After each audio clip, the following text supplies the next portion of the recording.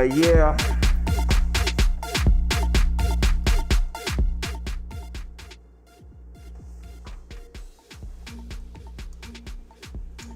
What is up? What it do? How you doing? How's my people going?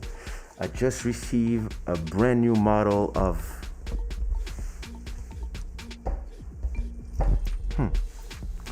I just received this brand new model of face mask from Shada, and yeah, listen, I love it. Looks so good. This is taking a lot of space. What the hell? How do I use my?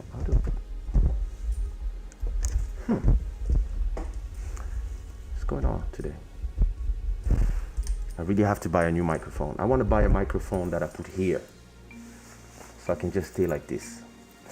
I keep saying I'm gonna buy it and I don't buy it. Like, listen, brand new mask with the dashiki thing. I'm gonna design either a hoodie or a sweatshirt that, or maybe a bomber that they go together, and maybe the t-shirt so you can wear like all yellow. It's gonna be amazing. Can't wait. Anyway, got stuck in this shit. Fuck.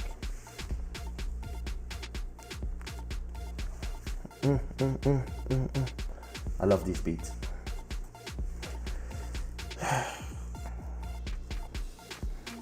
If you didn't listen to my album Lavish Life, trust me, you have to go check it out. This is the album Lavish Life by Diamantero, my other name. This show tonight is brought to you by Shada, like the rest of the others, until I decide to take care of sponsoring. For now, it's brought to you by Shada, because I never took the time to work on that part of the show. How are you doing? I hope everybody's feeling fine. I hope you hear me well. I hear so much music in my ears that I don't know if my voice is loud enough. Anyway, I hope everybody's fine. Welcome to Club Shada. I like the fact that there's the same number of likes as the number of people watching. This is good. This is good. You are starting to get the good habits. I like that. How's everybody doing today? How was your weekend? How was your Sunday? What up, CV Beats? How are you? What up, Queen Juju?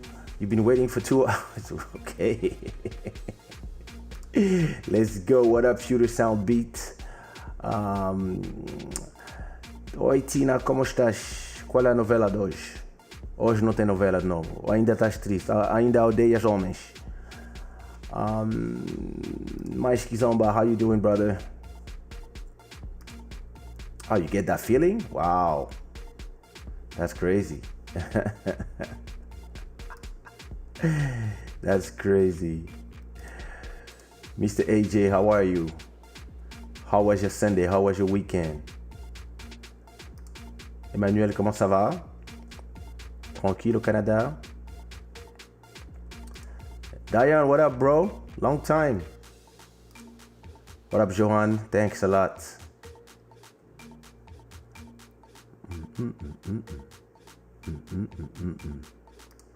Thanks. How are you, Nadia?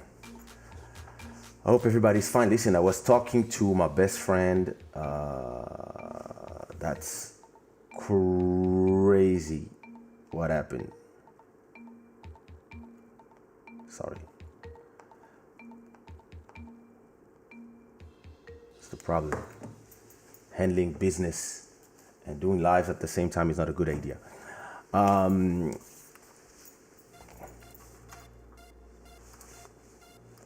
Não. Tens que ir no Netflix. Tem muitas boas coisas no Netflix. Thanks a lot. Yeah, I really love that mask. I love the design I did. And the colors came out super nice. And you know, there's a thing here so that once you put it on your nose, you can then turn this to take the right shape and and inside there's a place so you can put a real filter, a medical filter. So it's not just like a piece of tissue. It's really usable and it's really secure. So, you know,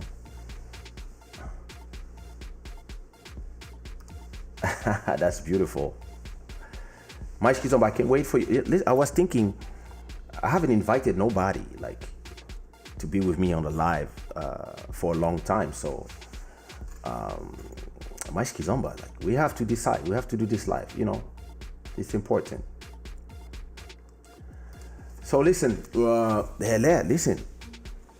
So 2 days ago, I was on the phone with my best friend in Paris, and she was explaining to me that her brother was in Dubai, and that just before traveling, he did a test. He did a test, like, you know, you have to do a test for the COVID before traveling. And so he goes there, he does his test normally, he knows that he's not infected, whatever. And just before he's at the airport, and now he's at the hotel ready to leave, and they tell him that he's positive for COVID. So the guy's like, whoa, fuck, I don't feel nothing, I'm good. What's going on? And so of course they call him at the hotel. They tell him he cannot leave his room, that he has to be ready to be sent to whatever place, etc., etc. Authorities start, you know, and the guy is like, he receives the document with his test, and while he's reading it, he sees that there's something strange. The address on the test, so that's his name, but the address, that's not him. That's not his address. That's not the hotel where he's at. And the age, 29, that's not his age. But that's his name and positive. So he's like, wait a minute. This doesn't make sense. So he starts, and now the hotel is telling him that he has to go, whatever. He has to go to that place, whatever. And the guy's like, yo, wait a minute. So luckily, he has some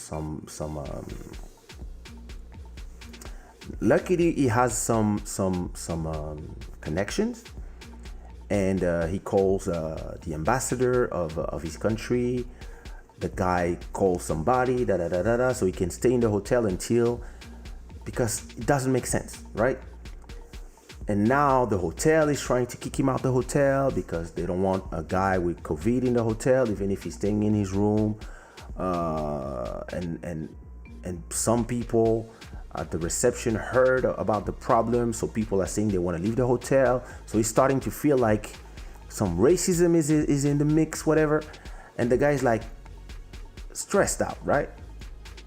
But the ambassador, because he knows the director of the hotel, they tell him he can stay at the hotel for 1 day, but tomorrow he has to be transferred to a special clinic, whatever,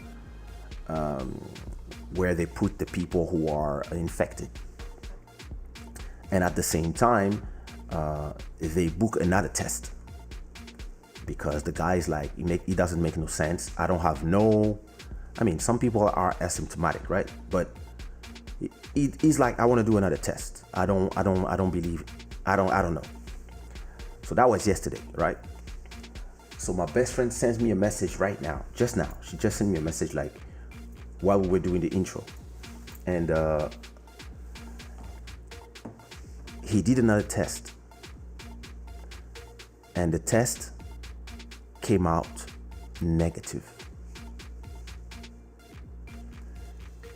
The bitch, as at the first testing facility, switched his name with another person so that this other person could travel, or whatever the reason. They use his negative test and put the name of somebody else and gave him the positive test so that somebody could benefit or whatever. So now, as we speak, they are involving everybody now. They're involving the authorities, they're involving the police. They wanna find the person who did the test to him, that woman, that cunt. They want to find her and start asking her questions about how come you are framing somebody. That is super scary. That is super scary. You can go in a country where you don't know nobody and you can be thrown in a one of those hotels and you cannot leave for 15 days because somebody switched your name with somebody else on purpose. Damn. That's crazy. That is crazy. Fuck me. What up, my music? How are you? That is crazy. For real. Listen, Malcolm, I did the test in Congo before coming. I had to pay $40. I did the test here in Lisbon to leave.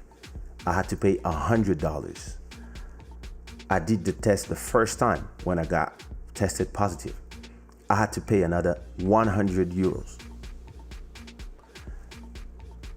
And the only test that I didn't pay was the test for when I was sick and the government took me in charge. The rest of the time, every time you have to travel, you have to go 70 hours before traveling. You have to go to one of these testing facilities, and usually it's private places, at least in Portugal or in Congo. I heard in France it's free, but you have to pay. It means that if I do a show every week and I have to go get tested every week, it means I have to shell out 100 fucking euros every time I want to leave my house. That is bollocks. That's crazy. Where's the charger of my iPad? Whatever. This is crazy. Damn. Yeah, exactly. Can you imagine that person exchanged his document to give someone who is actually sick and probably gave her $1,000 or if not more, so that they could travel, and now that person is out there putting other people at risk. That person needs to be thrown in jail and to lose her job because this is crazy. Damn.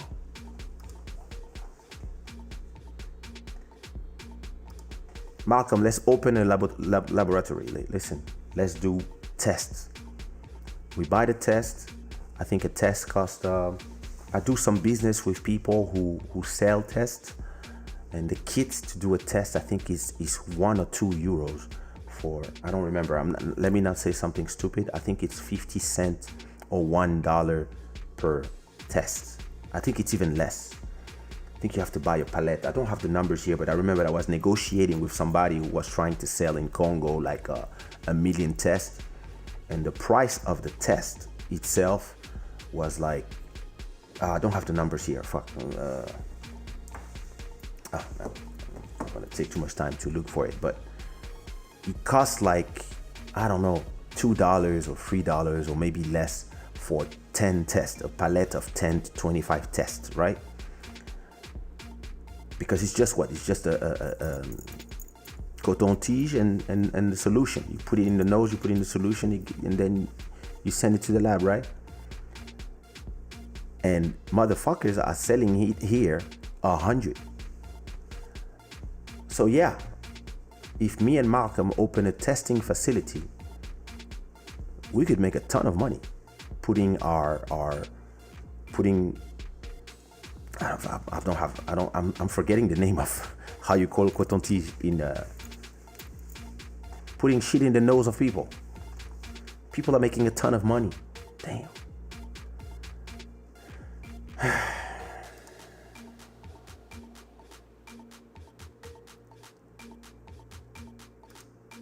That's crazy. Listen, there's corruption everywhere. Humans are like this. Humans will always take opportunity. Listen, in everything, you will always have people who are opportunists. There's nothing else you can do. It is the way it is.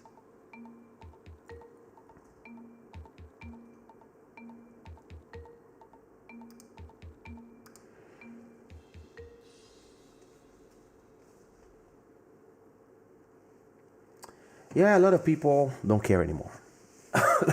A lot of people are just like, I just learned that a friend of mine, an artist, so he didn't talk about it, so I'm not gonna say to him, hey, Arawa Ladish, welcome to the family. I learned that he just cashed it, and so I was talking to a bunch of other artists that he was dining with like 2 days ago, and I was like, yo, you guys, you have to do the test, and they were like, nah, I'm tired of doing tests, fuck that. I was like, you have to protect other people. People are just tired, and it's becoming harder and harder to have people respect the security measures. I mean, people wear masks here in Portugal, I know, but I see that in France now they have like in the US, you have a fringe of the population that are the anti-mask people, and everybody's just, yeah, that's crazy. That's crazy.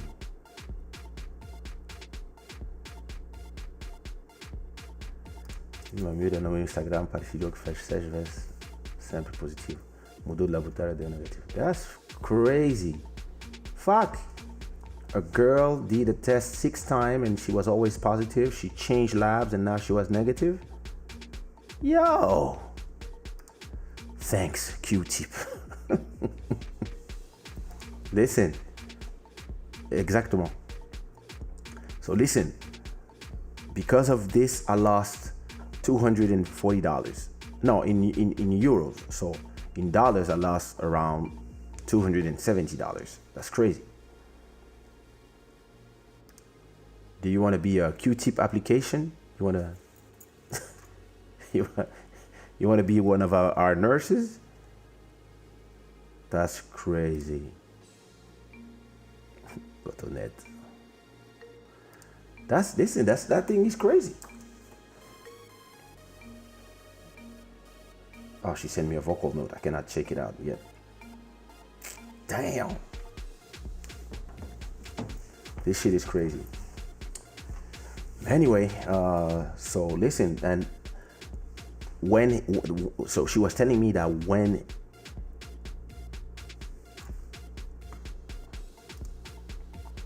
well, bro, you have to do it if you need it. If you don't need it, don't do it. But to travel, you have to do it here.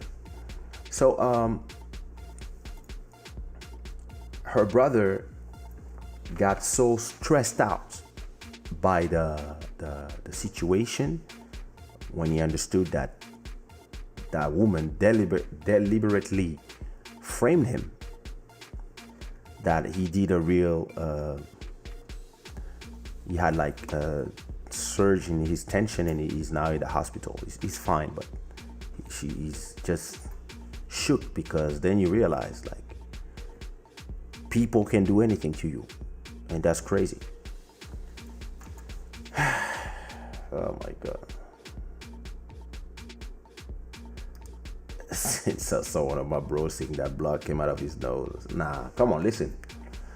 I did the test in Congo, and it's not that bad. Wait, I probably have. I even put it on Instagram. Wait, let me see if I have it somewhere.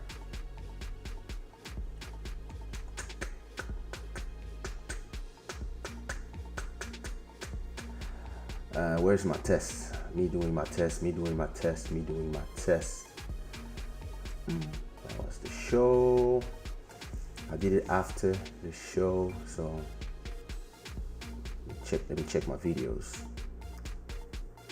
You can see how it is. Like it's not the worst part of the world. There it is. Let me see. I have to send it here, and then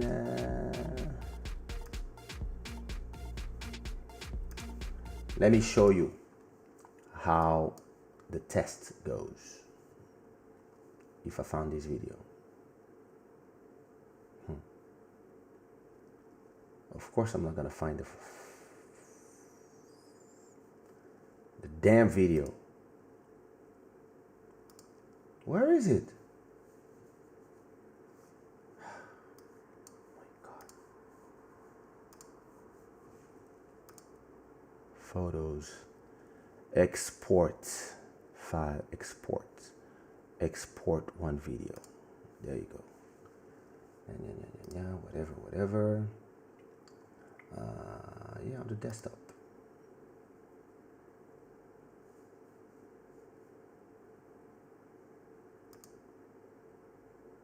Oh, it's still exporting? What the hell is wrong with this thing? You know what I'm gonna do? Oh, no, it's almost.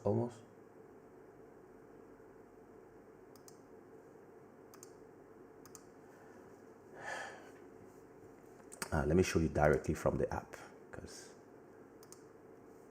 it's gonna take me for hours if not. Oh, Chrome. Wow, 117 people. Nice. Show. I cannot change the app. Sorry. Photos. There you go. So here is how it feels.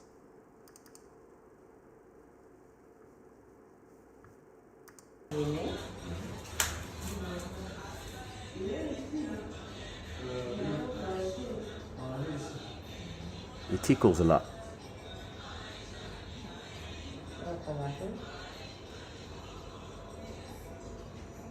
See, no blood. Où ça chatouille?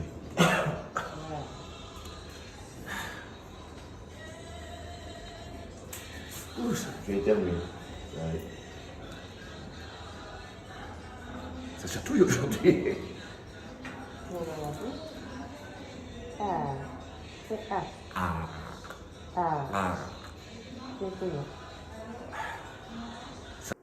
That's it. That's the test. You know, brought to you by Shada. That's the test. It's not like, it's nothing. It's the feeling is, the feeling of the test is like extreme tickling. Plus, it's like you take a Q-tip and you put some pepper and you tickle with it. So it tickles a lot. It's very extremely annoying, and you just, but it doesn't hurt unless you end up with somebody who doesn't know what he's doing, and he puts it like in deep in your nose, which you don't need. You actually just need to get some mucus in there. So you just need to go in the after the where it's when it's not dry anymore. That's it.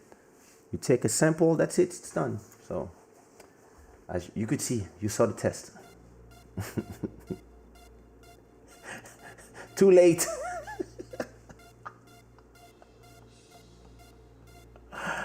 Oh, listen, everybody was my fan. I took photos with everybody, so you know, yeah.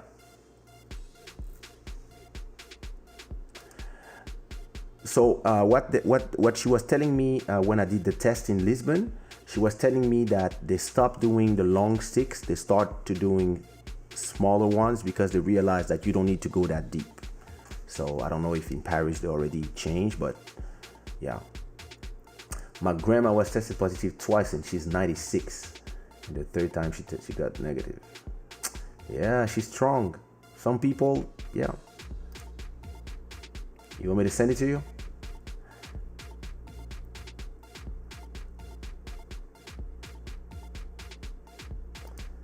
Of course. Listen, I was being a playboy with everybody before. I was like, hey, how are you doing, darling? You want to do a selfie? Yeah. And I was like, are you gonna hurt me? She was like, of course not. You know, that's the perks.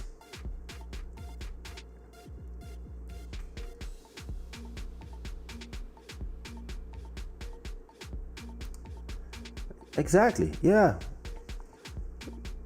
Me, you know that every time they're trying to take my blood, they don't find my veins. So imagine.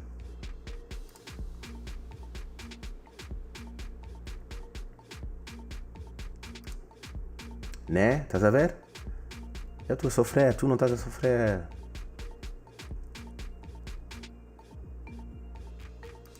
Damn.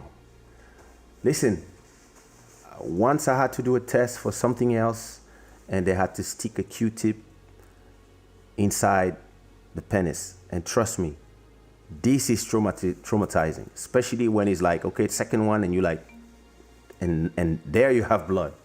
And trust me, that is horrible. Hopefully it will never happen again. Because damn, that was horrible anyway.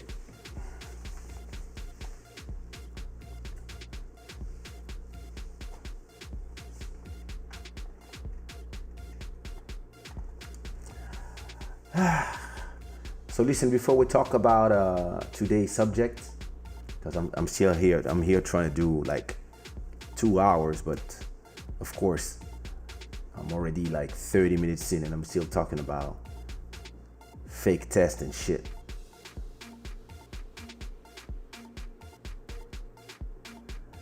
Where I'm buying my groceries and still people don't respect the distance. Yeah, people don't respect nothing.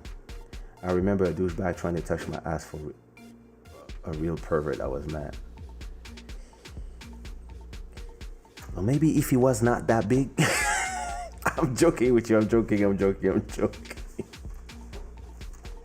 But you know, there's an attraction that when, it comes with the territory. I'm joking. If I was near you, I would not try to touch it. But some perv would, of course. And I'm sure you had a legging. I'm not trying to victim shame. I'm just joking. Look at her. That's what I'm talking about. Bless her. So guys, listen, before we begin talking about today's subject, which is very interesting, I want to talk to you about my latest single. You know, and it's a new song called "Fake Friends," and I mean, you probably heard it before if you keep up with the times. It's been available since Friday, and it's in a collaboration with G Spark from Thailand, and yeah, listen, the song is killing right now. It's been out for 2 days. It already like around 8,000 streams, which is amazing. Usually I do 8,000 streams maybe by Thursday. This time, this one is just banging. So it's a collaboration with G Spark, who lives in Bangkok, Thailand. I actually met him there and we started working together. And I changed the flow 3 times. The first time I had the rap that you heard when I was doing the mix here live. Then I had another version where I did a second flow. I was singing, but like when I heard it, I was like, nah. And then I just found this third flow and I was like, yeah, that's the one. So let's listen to it, and then we will go in on the social networks.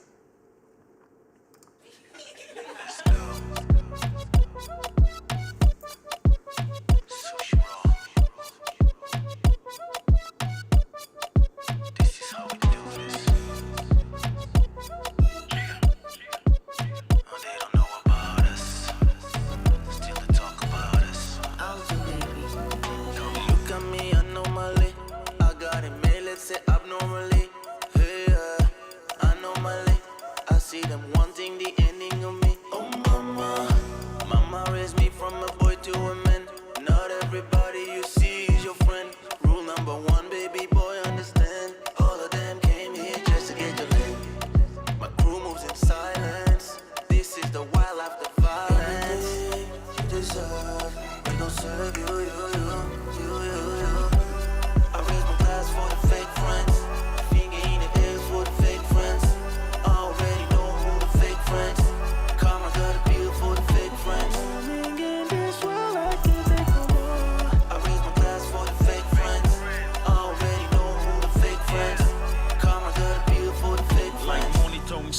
they always watching, but do less talking. They say they wish you well, but really wish you hell. They call you bro, but when you need them, it's a No. They smile in your face, then in your back hit. They cut like blade, but you know I retaliate. They never say shit when you post something great. They say they got you, but I first believe you.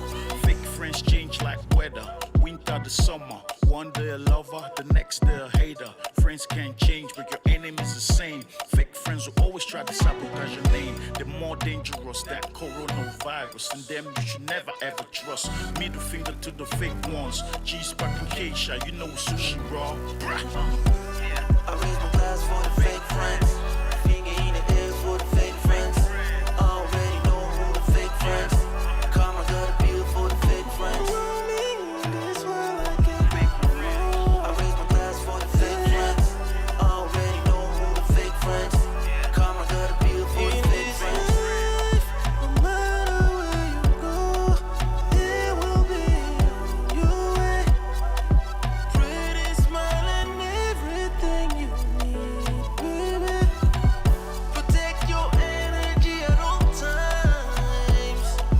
Never let yourself down. I raise my glass for the fake friends. Finger in the air for the fake friends. I already know who the fake friends. Karma got a bill for the fake friends. I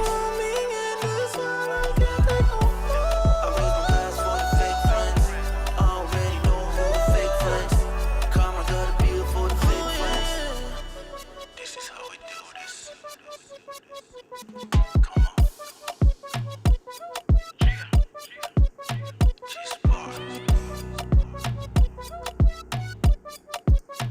Kaysha. This is how we Fake friends all around us.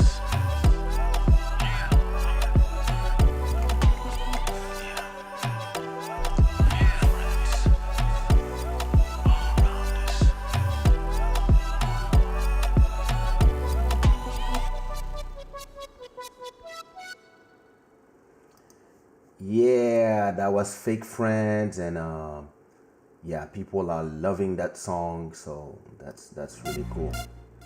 That's really cool. It is really a song that so that's the only problem here is that the song. I mean, G Spark lives in Thailand, so I'm seeing options because it's a video that I might do a video for that one.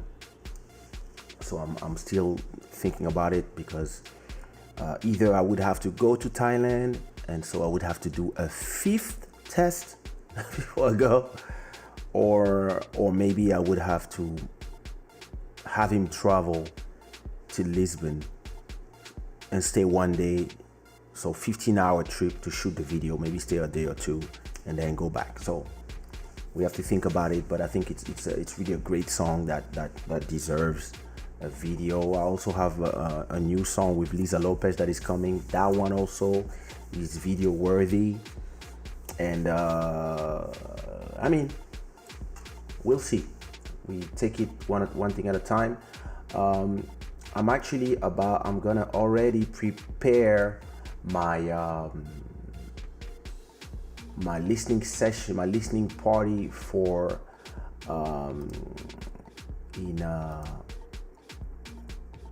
how do I remove that? I'm gonna prepare my listening party for in 2 weeks. When is the next, which is my next release, October 2nd.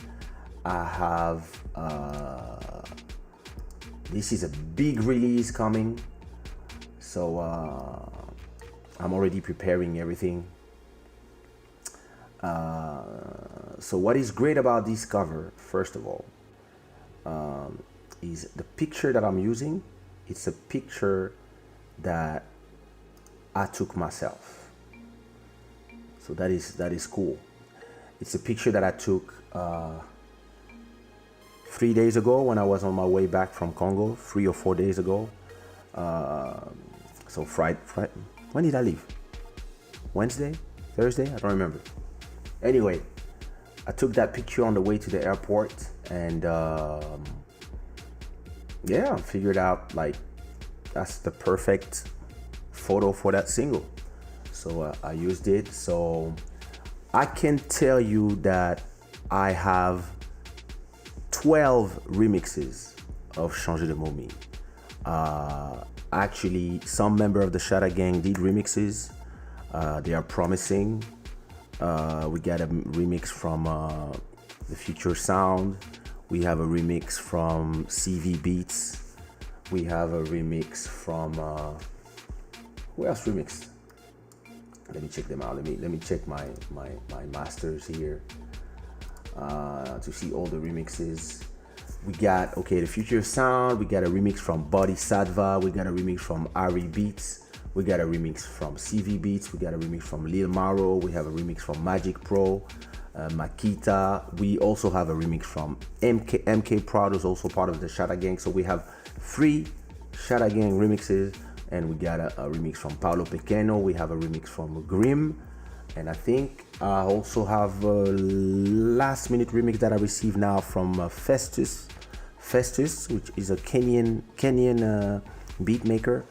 So in the we're gonna have 12 remixes. So I can't wait to release everything. So I think it's gonna be that's gonna be some of those remix. I'm gonna refrain from having you listen to some stuff, but get ready for this one. I also have I'm done with the live drums that I was mixing yesterday.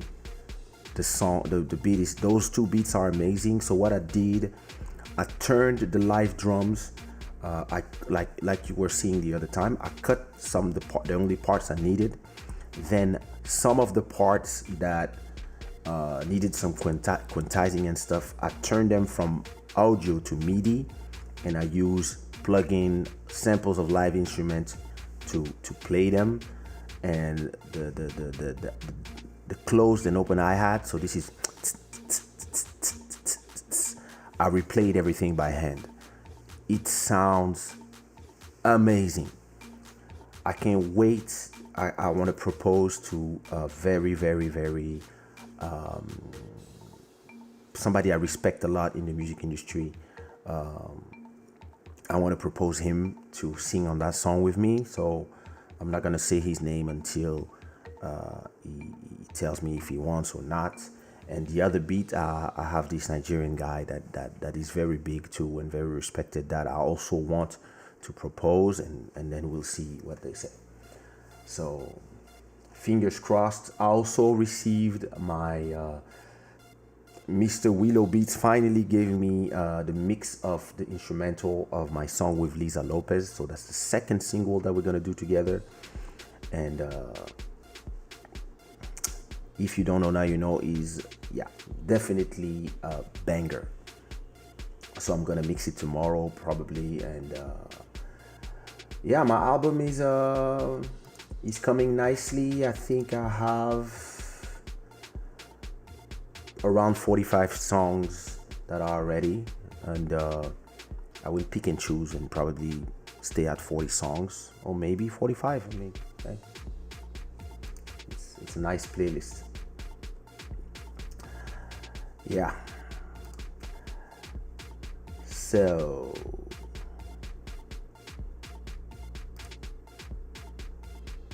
nice, thanks. I will listen, whenever I need something, I will let you know, so we can do a test of to see like if your style goes with the things I'm looking for. Maybe we can start with my house music stuff. I'll see. I'll talk to you by email, and we'll see. Question. Oh, so we're not going to talk about the main subject. Can a fan be a friend with a singer? Yes, of course. Why not? The thing is this. You can be... Okay. My wife and I, we have a big age difference, right? But when she was I don't know, 14, 15, she was actually asking for her dad if she could come to my shows, and her dad would be no. And now we're married. So in a way, before knowing me, she was a fan, and now she's my wife. I have a fan that I know from Switzerland that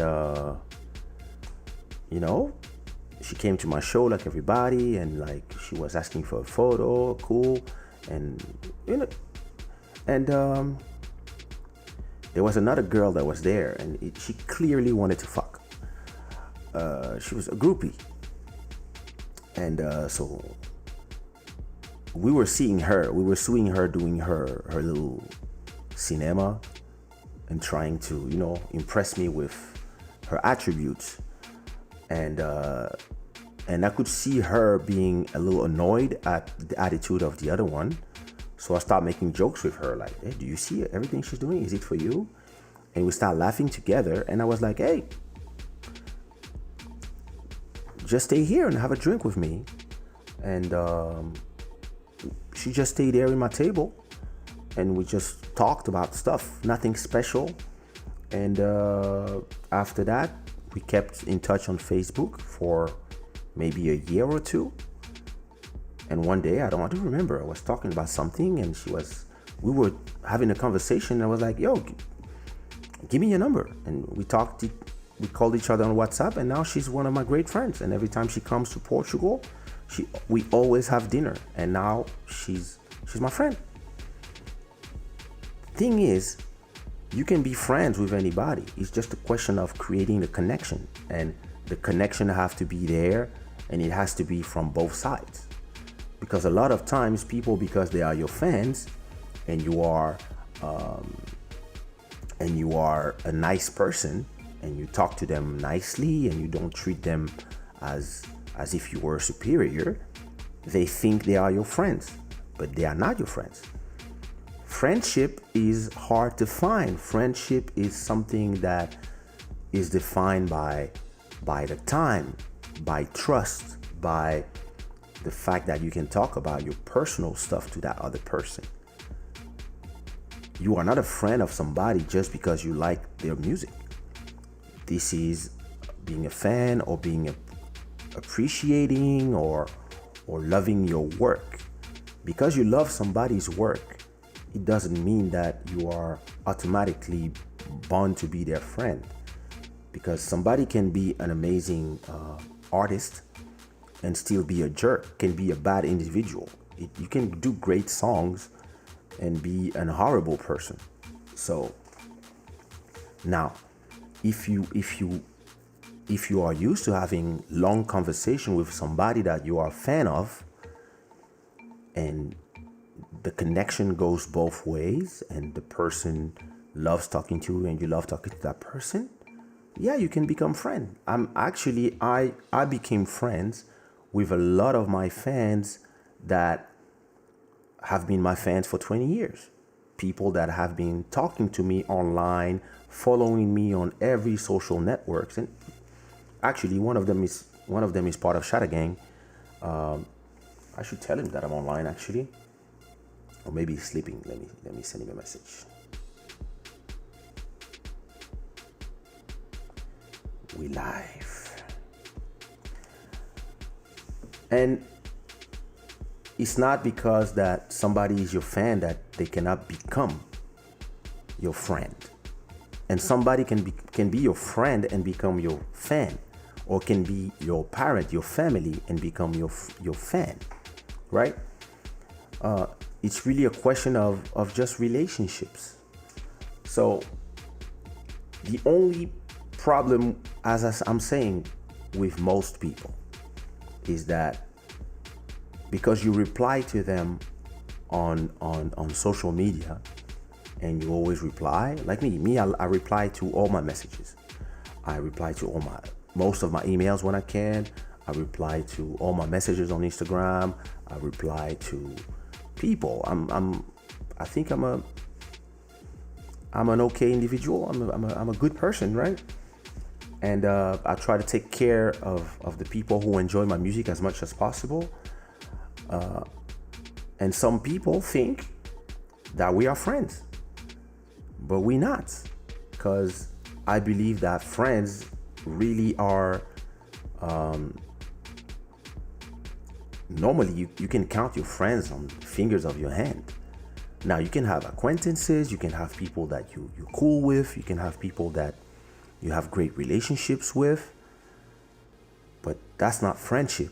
This is being cool. And because of social media that we're going to talk today, a lot of people don't realize what a friend is, because you can be friends on Facebook. People are messing up the definitions of things. People are thinking that because you are friends on Facebook or you follow each other on Instagram and the person follow you, people are thinking that you are like the connection is strong. No, it's just the connection, right?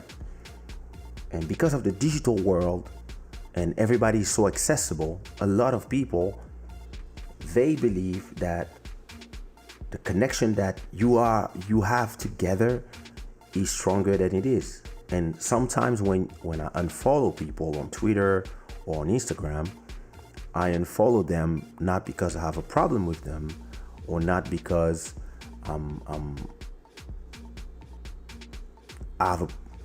it's just because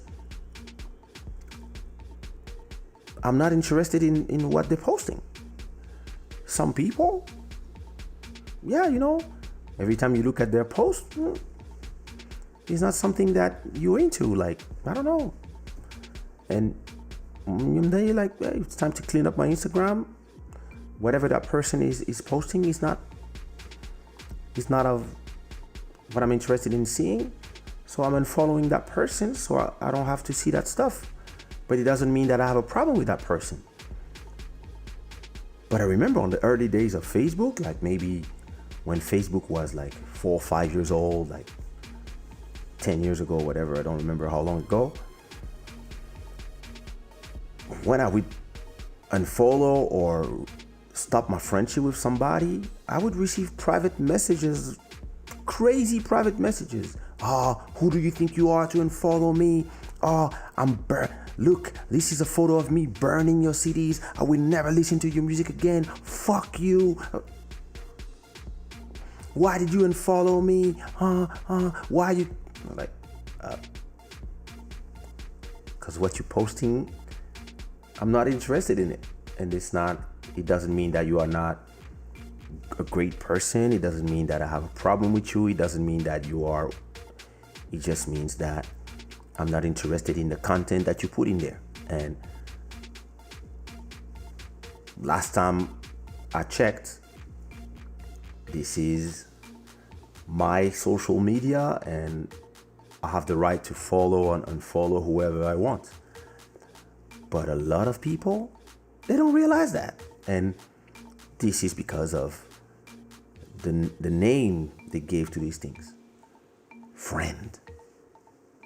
Do you want to be friend with Kaysha on Facebook? And that's what, at a point, they start changing it to following, right?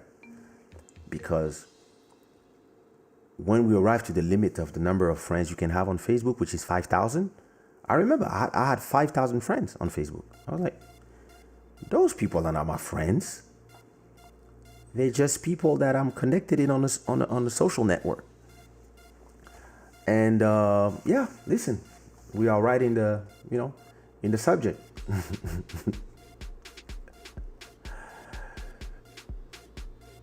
But what do you think, Emmanuel? Can you be friend with a singer? And I mean, a singer is just a human being like another one. They just sing. So you can be friends with anyone. That's my opinion. Hey, obrigado. It's in Messina, Kinshasa.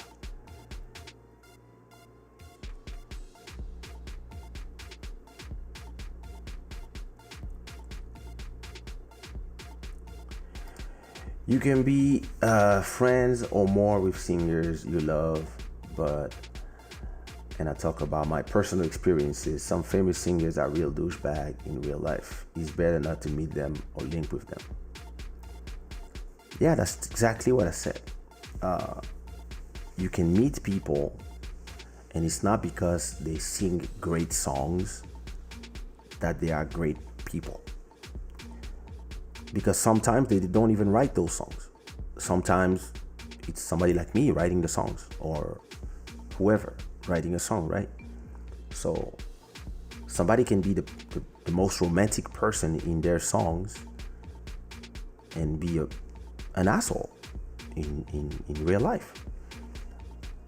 That's why a lot of people have to learn to know the people before they try to become more than something. You can talk with the person because you like their work and have the conversation start like that. And if the conversation goes deeper than that, yeah, you have to just stay on your, be careful and see, like, trying to learn who the person is. But I think it's like anybody else. It's not a question, like, it's not because you are a singer that you get a pass on everything else and you can go straight to friendship. I believe that there's levels to this shit.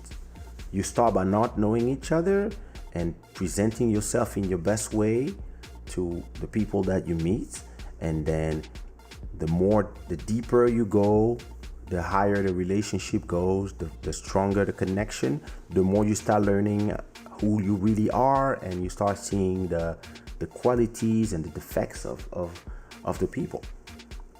I don't think it's I've been friends. It's hard in English because in French I have such a different vocabulary for I have ami, pote, connaissance, plan. Like in English, it seems like it's only like acquaintance or friend. I don't know a lot of words to put in between, but I think there's 10 levels of what you can be with somebody else. So, and I believe that a lot of people make this mistake because they love the work of somebody, or they've been listening to that person forever. Maybe for somebody who's been listening to my music for 20 years, for example, the day they talk to me, like they're gonna think, oh, we are friends. No, we're not. We don't know each other. Like, to be friends, we really need to go through stuff. That's my definition of what friendship is. Now, if you take the Facebook definition of what a friend is, yeah, you can be friends with people that you don't know. Listen, every time I unfollow somebody on Twitter because they're not saying anything that I'm interested in, they feel like if I insulted them and I said what you are saying, what you are posting is not interesting in general. No, it's not interesting to me. So I'm unfollowing for me. And it's not a judgment of value. You can have a million other people who agree and enjoy what you are posting. If I'm not, that's why I'm out. But yeah, listen, this is a great point of entry to our subject.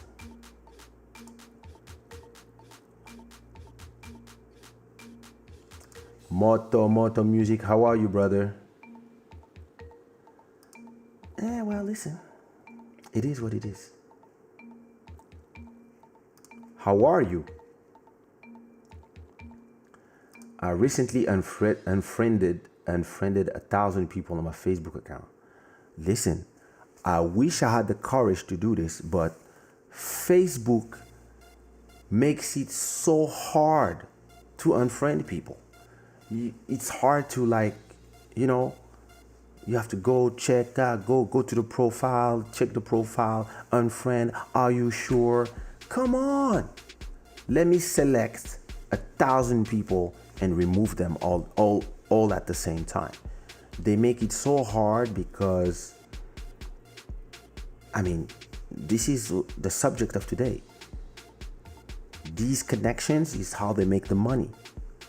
And they want you to come back all the time, and they want to show you stuff by people.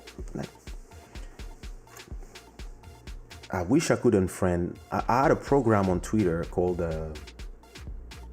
Fleet or something. I forgot the name, where you could unfollow a bunch of people at the same time. And I think I unfollowed like 10,000 people, and then they start putting a limit on how much people you can unfollow per day or per whatever, or you have to pay to unfollow more. And I was like, I'm out.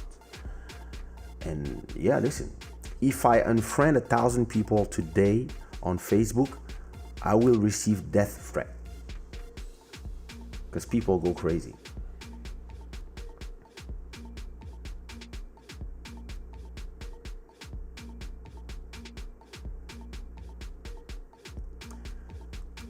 I will love to be friends with you and others. Well, listen, it's friendship is a process. Like, there need to be a reason. You see what I mean?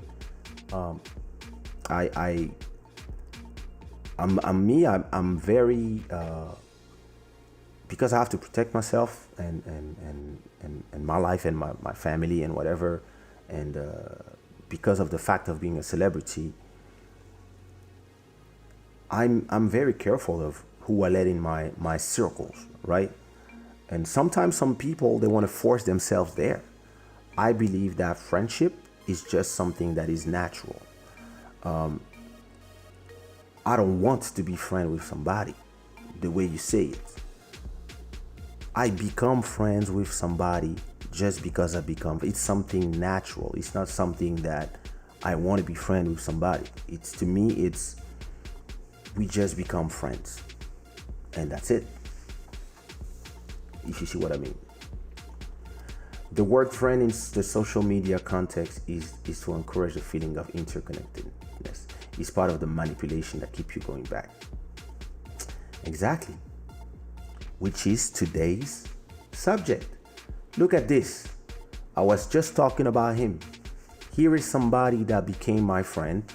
If I can say my friend, which, I mean, it started by being one of my most loyal fans, who bought all my albums, who follow me on every social media, and now we talk on the phone, and you still owe me a dinner, and now we talk on the phone, we talk about stuff. Happy birthday to your sister, by the way. And it's not something that happened because he was my fan and he did everything to become my friend. It's not me who was like, oh, I want to be friend with one of my fans too. No. We keep seeing each other in my shows. He was there in all my shows in Portugal since 2003. He's been there in all my shows. He knows the songs that sometimes I don't even remember those songs. And then seeing each other all the time. At a point we start talking.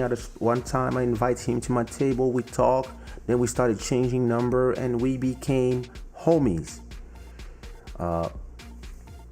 I wouldn't say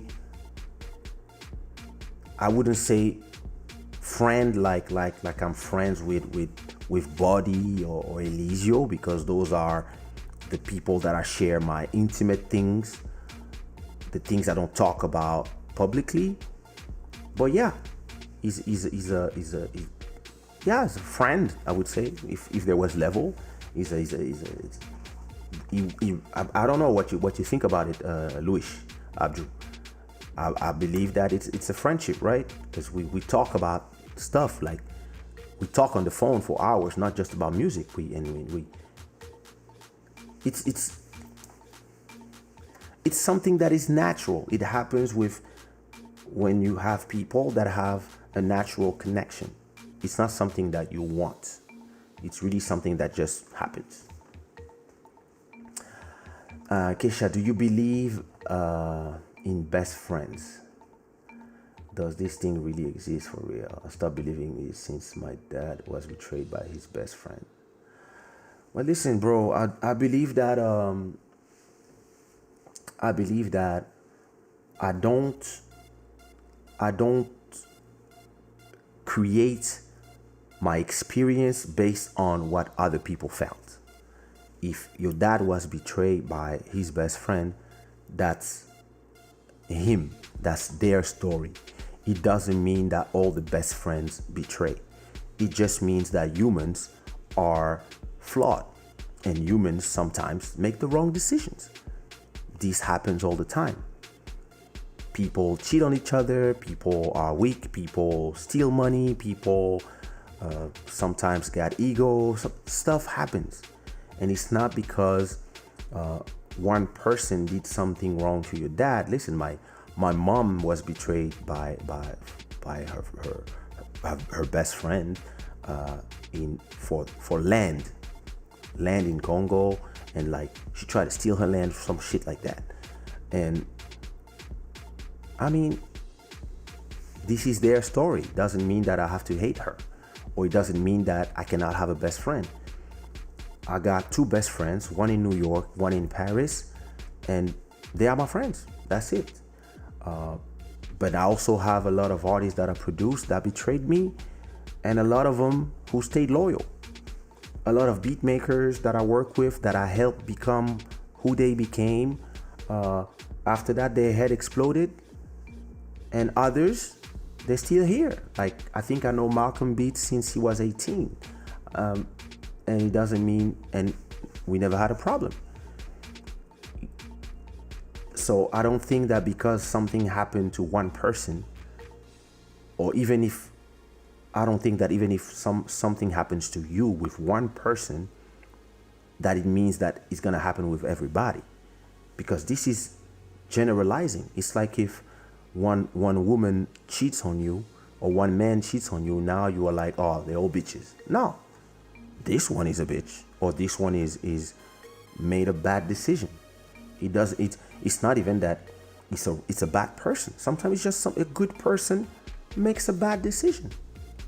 So I believe that every relationship is unique, and everything that happened with somebody, there's a lesson for you to learn, and that's it. After that, the next person might never do the same mistake that person did, but they might do other mistakes. That's how I see it. So I believe in best friends. I mean, I have the same two best friends for 15 years now, and I don't have no secrets for them. I tell them everything, and they've seen me in my highs, they've seen me in my lows. Nós estou a perceber o que o fofinho está a dizer. Estamos a falar da amizade. Estamos a falar do facto. Future Sound está a pedir sim a melhor amizade, o melhor amigo, ou melhor amiga, se isso existe de verdade. Ele diz que ele não acredita nisso porque o amigo do pai dele quebrou a amizade com o pai dele. Desde lá ele não acredita na amizade. Eu disse que isso é a história do pai dele. Não é algo que tem. Ele não pode julgar o mundo inteiro sobre uma história quando cada história, cada relação é diferente. En résumé, I could talk to the media about certain famous people and what they did with me just to be famous. Be the whole of the year, but I'm not like that. I'm a sweet girl. I respect people even when they fuck up.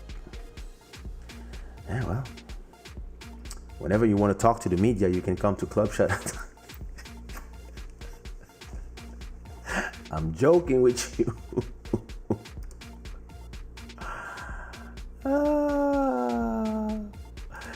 Listen, people are super sensitive nowadays, and whenever I start talking about the subjects, we are talking about it more or less, but yeah, that's,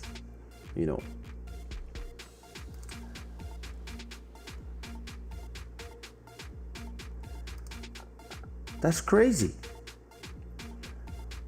listen, Facebook, listen, every day, right? Every day when I look at my phone, wait, let me try. Where's the cable? Let's try real time, right? Let me plug that to the computer without destroying the live.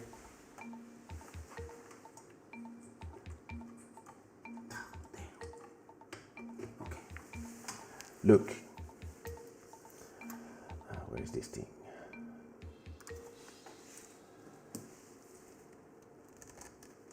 So,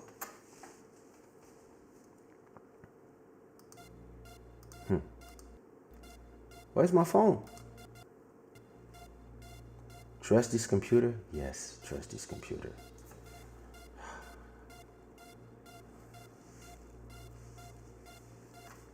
Can I see my phone? What's going on? Huh. Okay. Ah, there you go. Uh-oh. Uh-oh.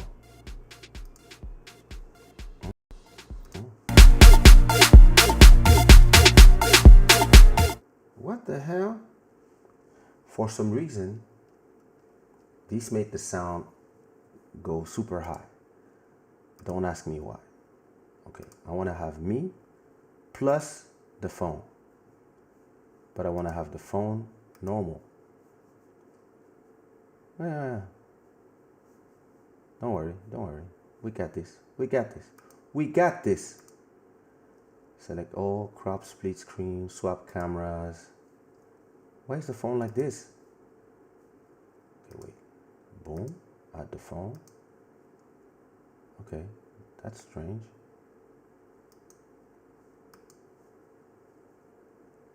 Huh.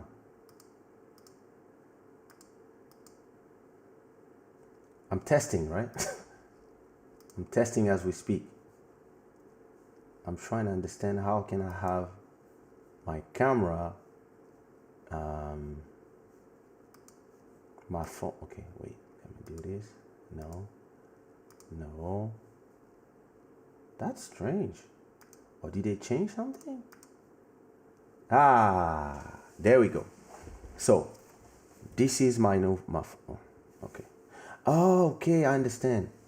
Because the sound went from my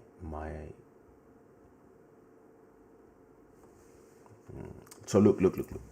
Let me go on Instagram and show you. That's my new screen. Ain't that beautiful? Listen. Let me go on Instagram and show you. So every day I go to my Instagram and I check the photos of me, right? So those are people that posted photos of me. And every day there's, I cleaned it up today, so you're not gonna see.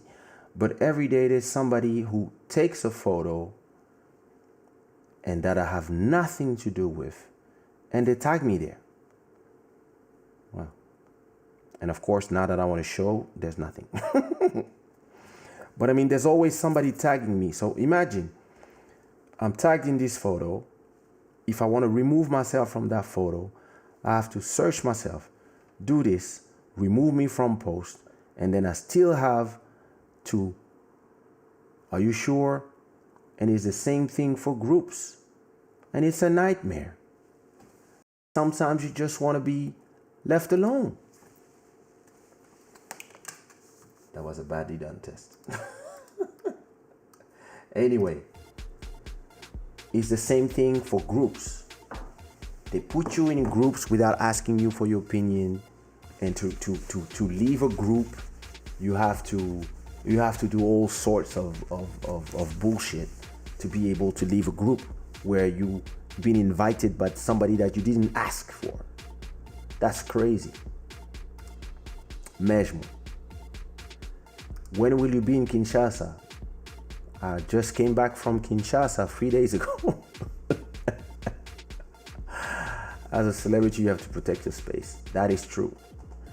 I don't believe that as a celebrity, you have to protect your space. I think you have to protect your space. As anybody, everybody has to protect their space, in my opinion. It's not just because you're a celebrity. You just have to protect your space.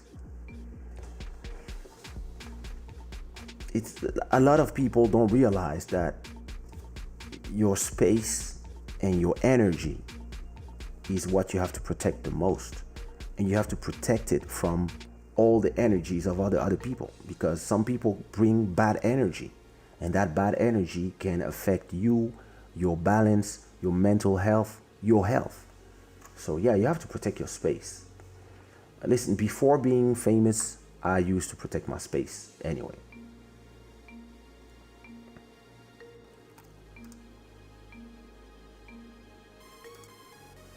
I do agree.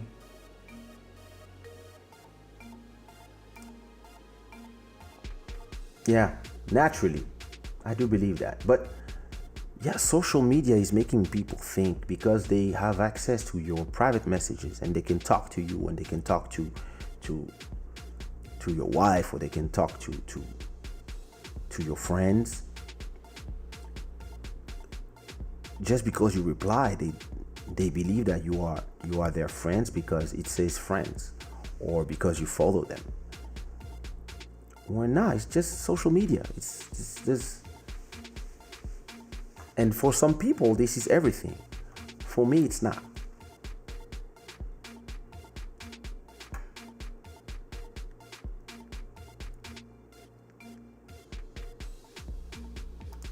Oh my God, are you a stalker?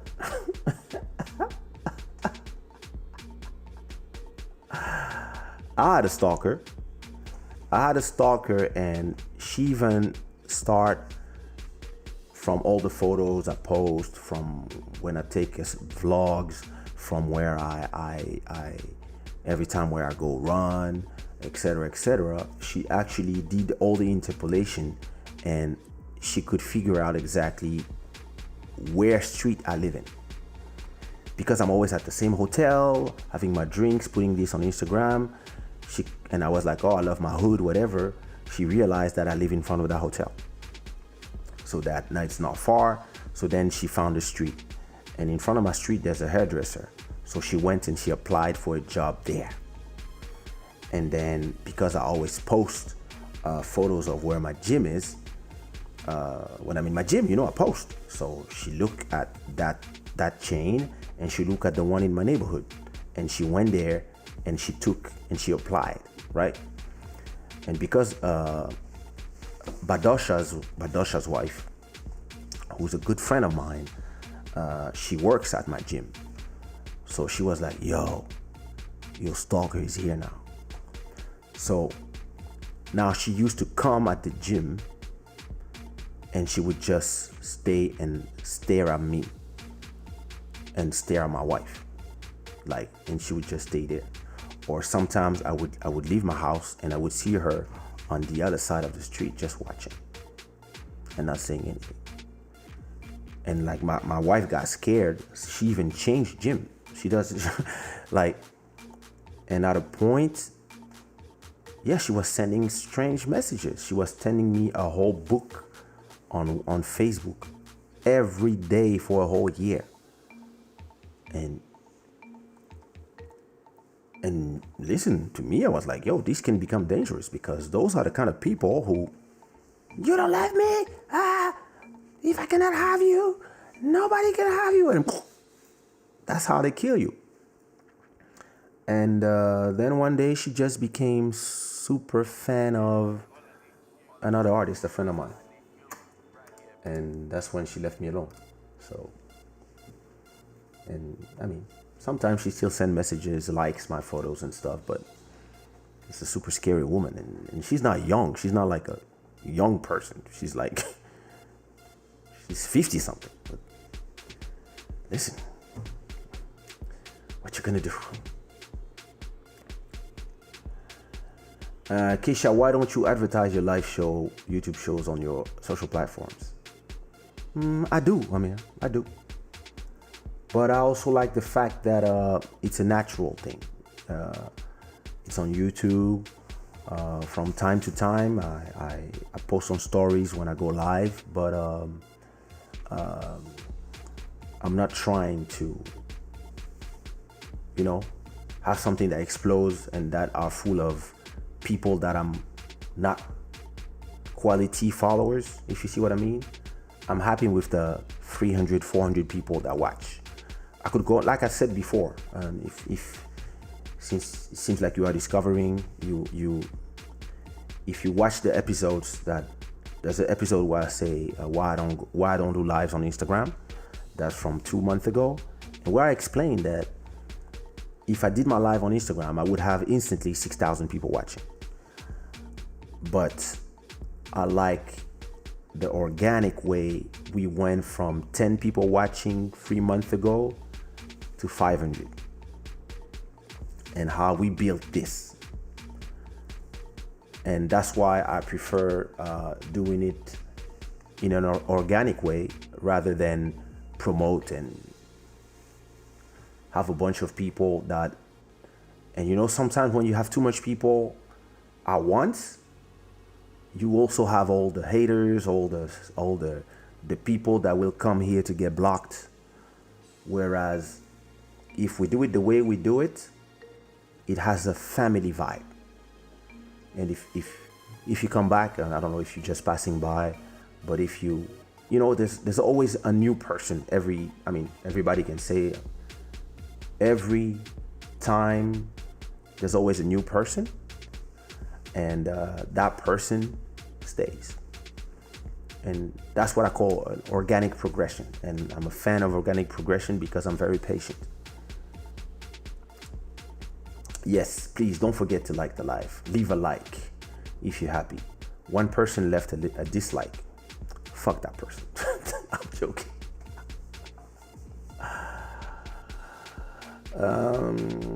Jerusalem is on a piano, right? In Panama, that song is getting popular everywhere. Challenges, tickets. It's South African house with a little.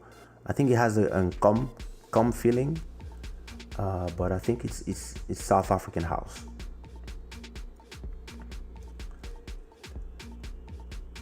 Social media can be a relationship killer. Some people put too much out there.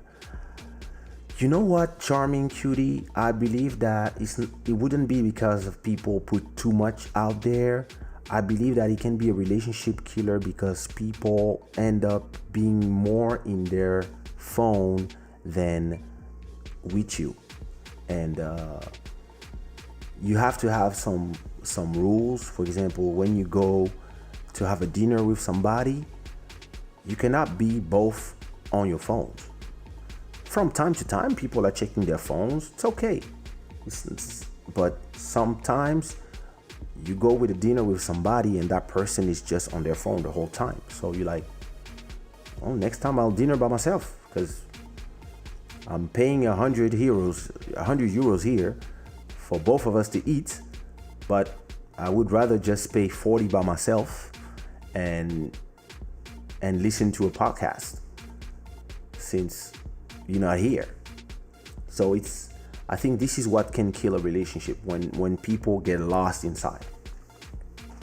But I was supposed to talk about I'm supposed to be talking about social media, but yeah, I'm answering all the questions. So I mean, in a way we are talking about it, but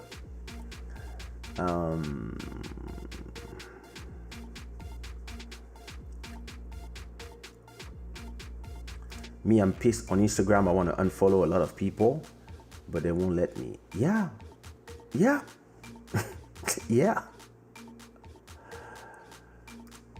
Oh yeah. Like we could do in bed with Juju, and don't mind me. What graphs? Yeah, I would say yeah. I'd say come house because it has that two. That's come, and then it has it's a mix. Yeah, Limpopo dance house. Yeah, I mean, you know better than us.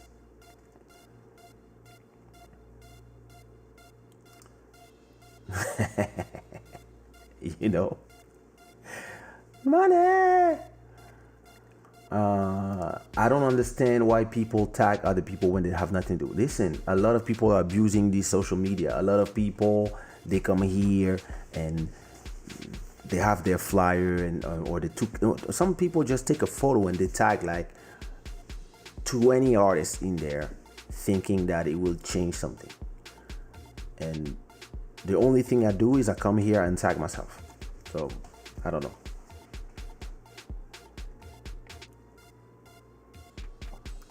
There you go.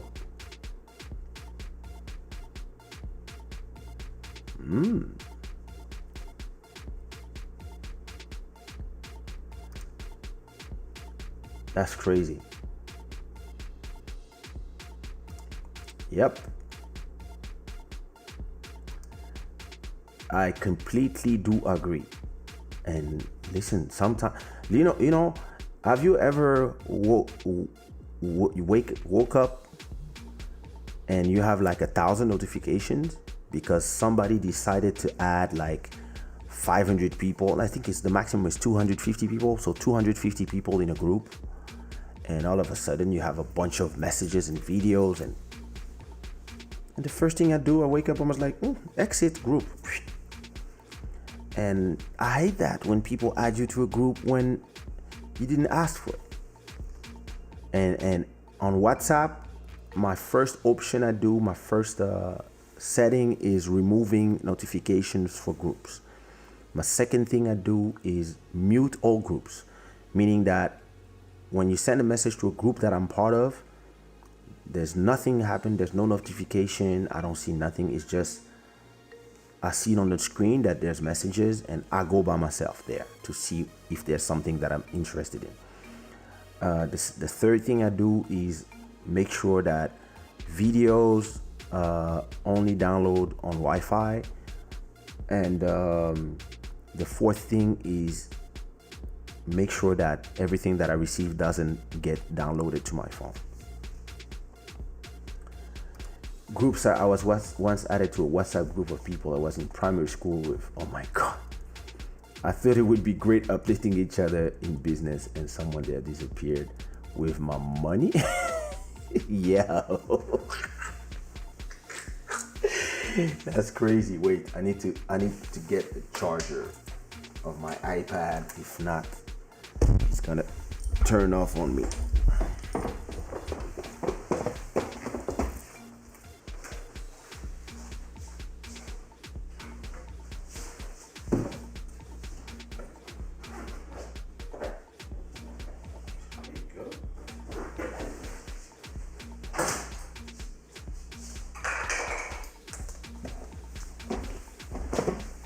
That's crazy as fuck, yo.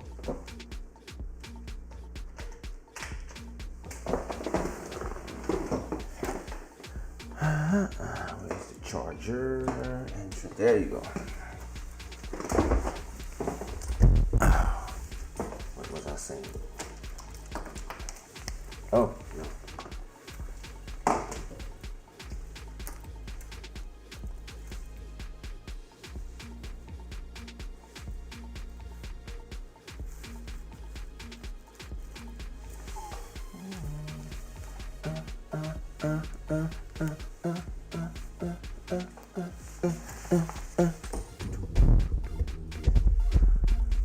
Yeah.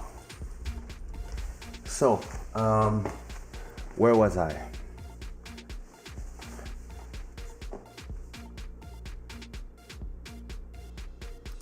Yeah, listen. I had a few stalkers in my life, but that one was, she used to send me messages like a whole page of reading every day. Yo, king this, yo, king that, like. And yeah, at a point I was like, okay, this is becoming dangerous. I was telling to my wife, listen, don't come too late. Always make sure before you go in the house that you look around, whatever, because she was becoming crazy. And yeah, she just stopped. I'm sure she's stalking somebody one day. This crazy thing. One day I go to a place and I eat sushis. So I'm here. I was on a business meeting. So I'm here talking with the guys. And we're eating sushi. And after a point, the chef who was doing sushi, young man comes and he was like 20, 22 or something. And he comes and he says, "Oh, my mom is your huge fan." I'm like, "Oh, wow, that's nice. Yeah, yeah. She follows you on Instagram. She follows you on Facebook. She follows you on Twitter. She follows you everywhere. She's on your YouTube too." And I'm like, "Oh." And she tells me the name, and that was the same person. That was her son. So I was like, "Oh my God, if only you knew that your mom is nuts." If you're watching, hello.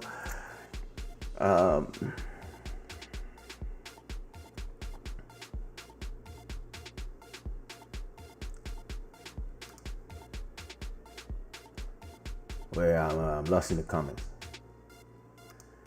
I do agree.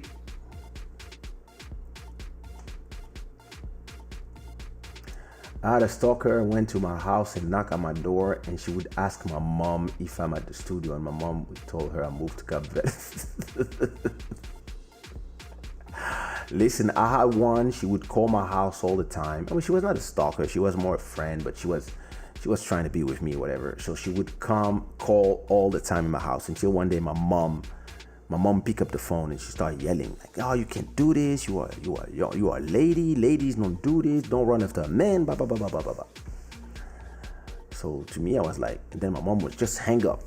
So in my head, I was like, okay, that was rough, but I think the message is passed. So I believe that this person will not hear from that person. She called 5 minutes later. Have you watched the movie Obsessed? That's exactly the kind of story of a stalker, crazy girl obsessed by a man. I'm not sure if I saw that one, but there was a one called The Fan. I don't know if you know that one with Robert De Niro. That one is scary. I don't know. I hate her.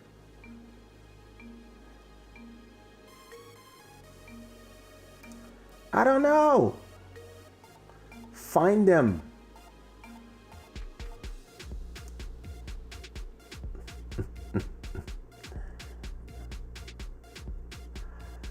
I also hate being added to a group without being asked first. I don't even read it. I just leave it. Exactly. Yeah. I show my disconsent. Like if you put me on a group, I just bye. DJ Sonia Dodd, what up, bro? You finally changed your name. This is good. Yes, you late. You missed like an hour and something, but we're still not in the main subject. I'm still having conversation with everybody.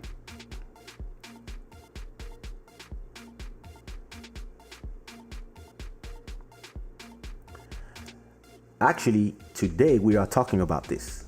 When I start talking, it's about actually the conversation is about that. So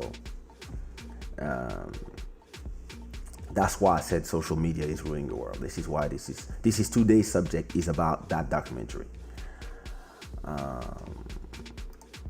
Listen, the games, nah, I'm out.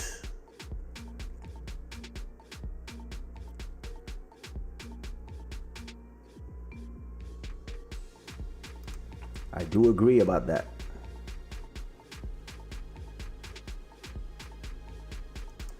You have to check it out. You really have to check it out. That's what we're gonna talk about tonight. When I'm done, when I'm catching up with the comments.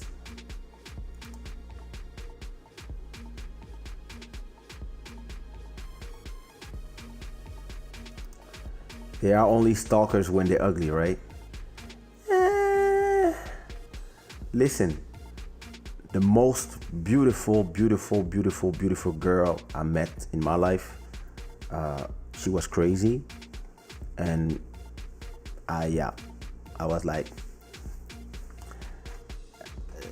listen, when you're crazy, I don't care if you're beautiful. I mean, yeah, maybe one night, two, but then, ciao.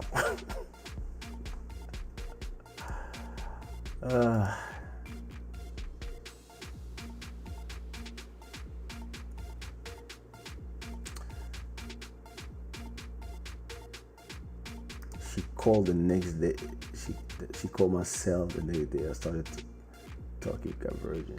She was like, sorry, wrong number.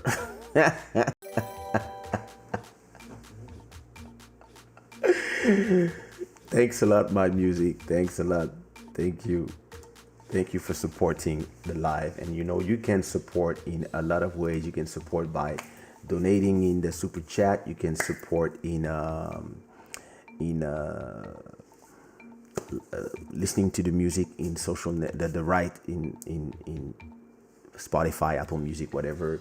You can support by just watching videos and letting the ad goes, or you can go to shadaware.com and buy something.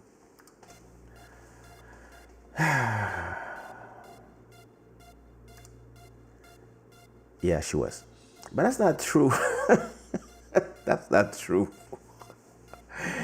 But yeah, sometimes, yeah, you know, it's the mixture sometimes does that. I love Crazy Lady, me too. Of course you like them.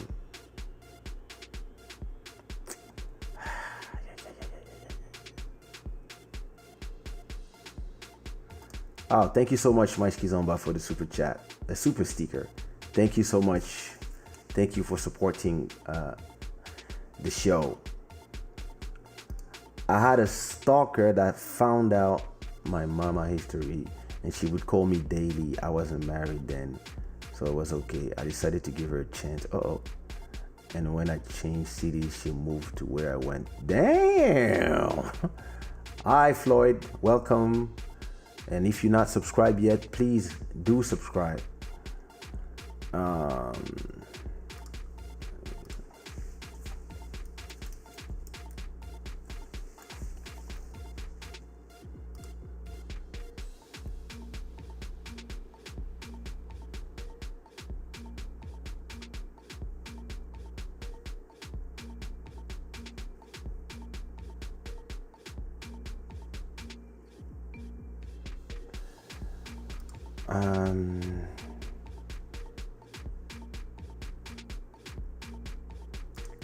Oh yeah, trust me.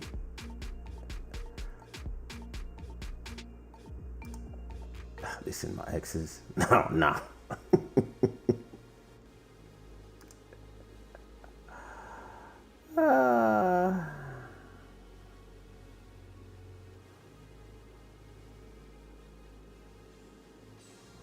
So, you know that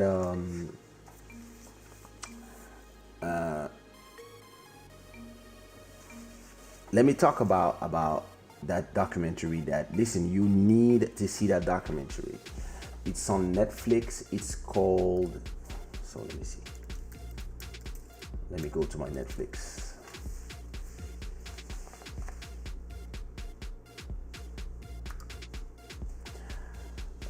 Listen,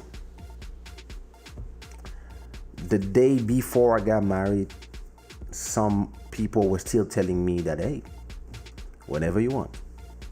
So yeah, listen, when you get married, it's actually, you get upgraded. Like they see you as like, oh, it's wow, you can marry this one. They're not like, oh, he got married to that one, so it's over. Now they're like, oh, it's a guy you can marry. Wow, nice.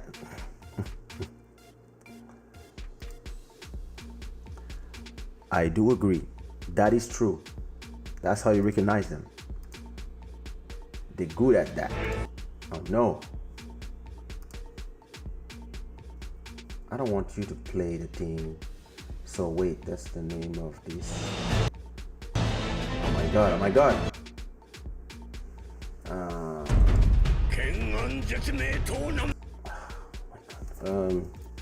The social dilemma.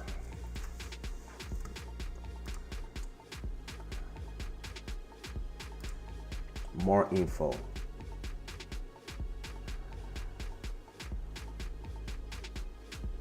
Yeah, so the social dilemma is oh,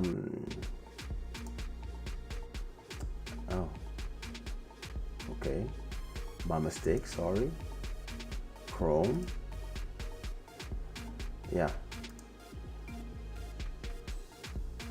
Yeah, you see, it's a documentary on Netflix that talks about how how they created the social networks in the beginning with the utopia, and how slowly, when they started needing to make money from it, they made it addictive, and how they all regret now, of course. And my opinion about that is that you really have to look at this documentary on Netflix. So I'm gonna put the link. Let me put the link here for people to see it. How do I put the link?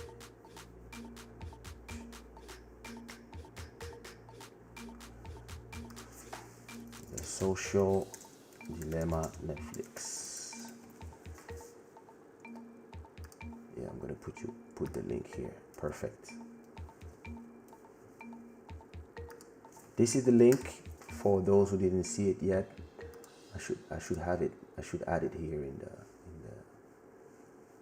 But yeah, it's there in the comments. So if you want to see it, or you just type The Social Dilemma on Netflix, and it is really a great documentary. Because this is something that I've been seeing and I've been saying for a long time. There's a saying that when we talk about the social media, if the product is free, you are the product, and that's exactly this. Somebody has to pay for all these bandwidth that we're using, all the free stuff that we're using, whether on YouTube, Facebook, Instagram, whatever, WhatsApp, etc. And usually you pay with your data. The data that you have is used to tailor advertisement that is exactly the one you want. And for these platforms, it's not important that you are in the platform. What is important for these platforms is how long you stay on the platform. How long you stay on the platform, and what they can do to make you stay, and how they can show you ads. And that's like, what is this? When I insert an ad, oh, that's cute. Sorry, I clicked somewhere just to see what it does. And those platforms,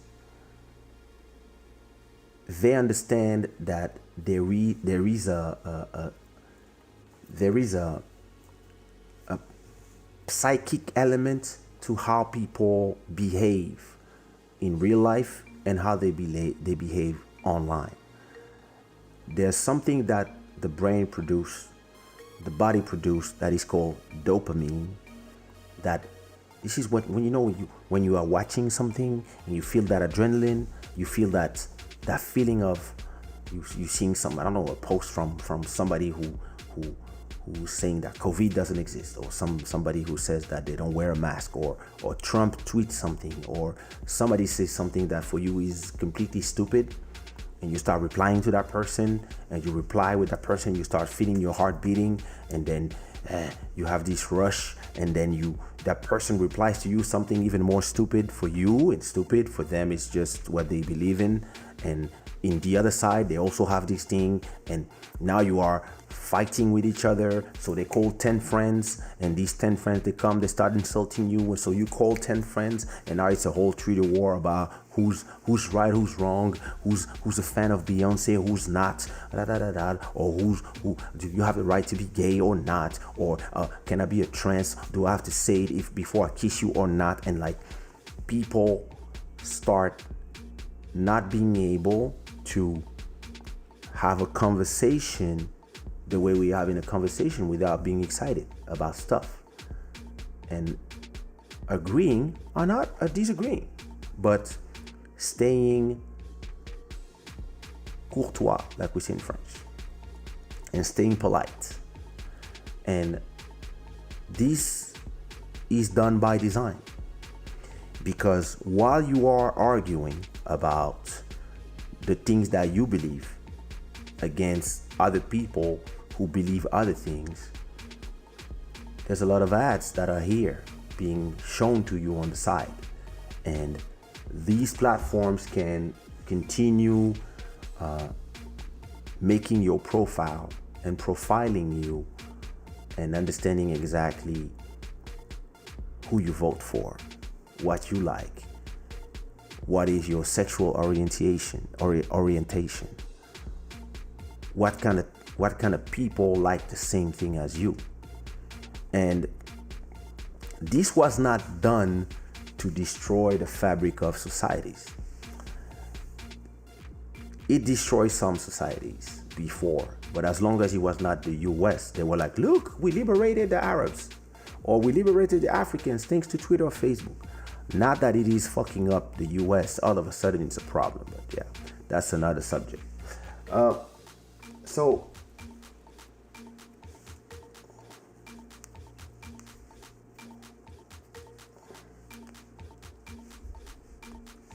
So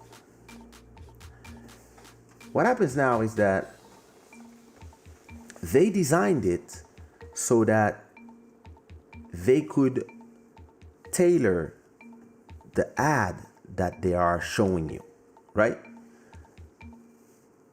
The more people that are like you, they know, so Netflix can show you, like if I go back to Netflix, let me show you again. Let's continue this experiment. I would like to go on Netflix, but I want to turn off the volume because, okay, perfect. So this is my Netflix, right?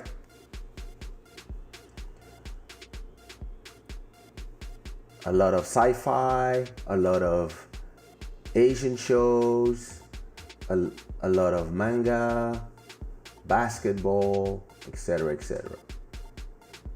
That's the perfect Netflix for me. So yeah. Now, if we go to my wife's Netflix,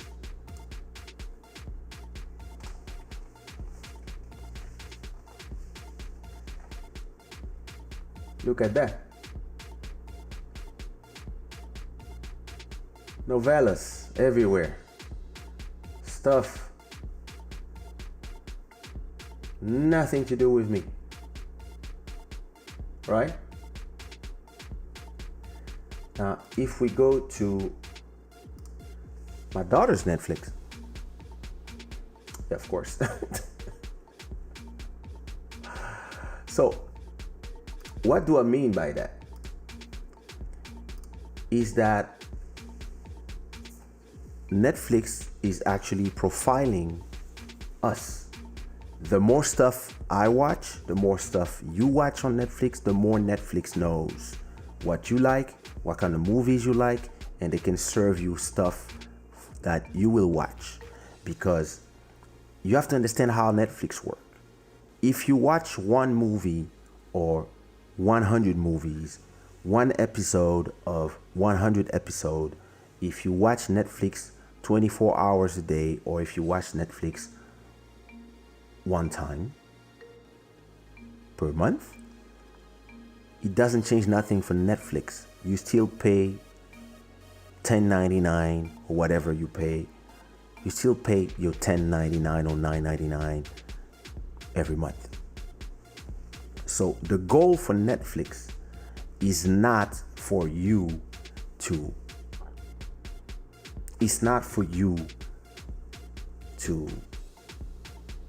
watch from time to time or all the time. The goal for them is for you to keep paying $9.99 every month. That's how they make their money. So regardless of how many movies they have in there, as long as you stay in the platform, they're happy, right? So what happens is that they will create content that is made exactly for you because they know what you watch. If you watch a lot of African movies and they see that, oh, this guy must be African from what he sees, from the language he speaks, whatever, and they know what subtitles you choose, etc. So they can even make a movies exactly tailored to what you like. And the goal is that at the end of the month, you renew your subscription.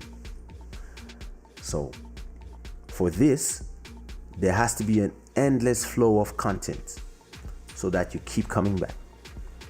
Let's go to my Spotify. If we go to my Spotify, right?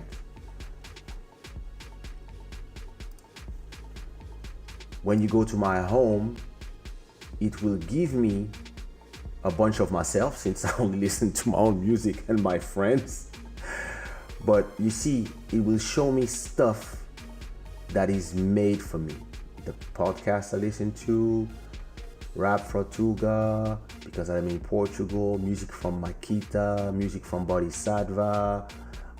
You see what I mean? And if I go to this platform, there's this playlist called Made for Me,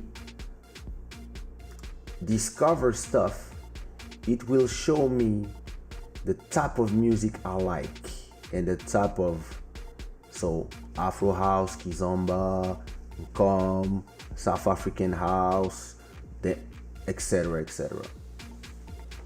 And if you go to your own Spotify, it's gonna be the same thing. It will show you something that is tailored for you. Same thing for YouTube. Same thing for Instagram.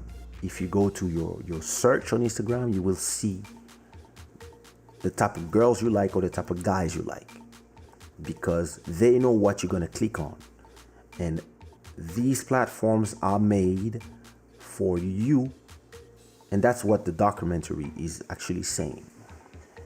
They made these platforms so that you stay on the platform, because it's not important that you stay on the platform, you here on the platform, you have friends, all these things. They don't care about that. What they care about is how long you stay in the platform, how long is your session. You see what I mean? Because every session they can show you a number of ads, and every ad is like, you pay 3 cents when you take a promotion on Facebook. You say you want to take a promo on Facebook, you can say, okay, can I show you? Let me see. Facebook ads. Let me see if I can show it to you. Create an ad.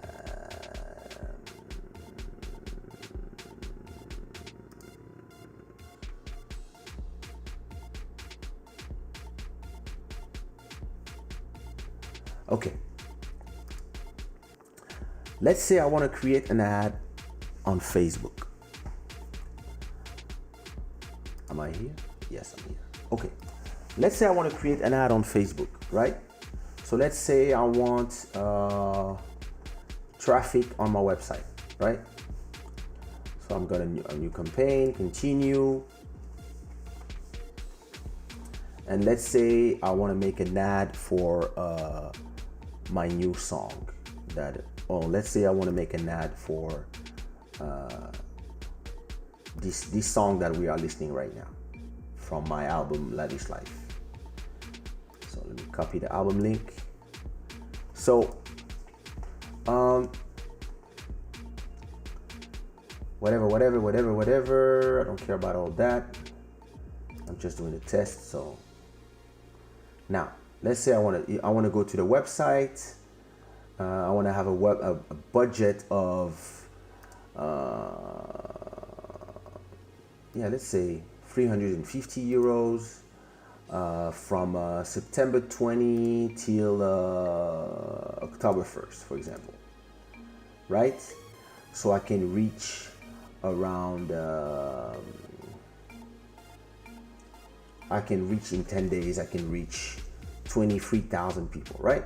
Now I have to do my audience. So this is where it becomes interesting. Jean-Marc, bienvenue. So this is where it becomes interesting. Let's say I want people to see my ad in Portugal, and I want to add, for example, people in Estonia. Right? There you go. Let me add people in Congo. Why not? Okay. Now, for now, that's 10 million people. That's a lot of people. That's very broad, right? But I can now say, let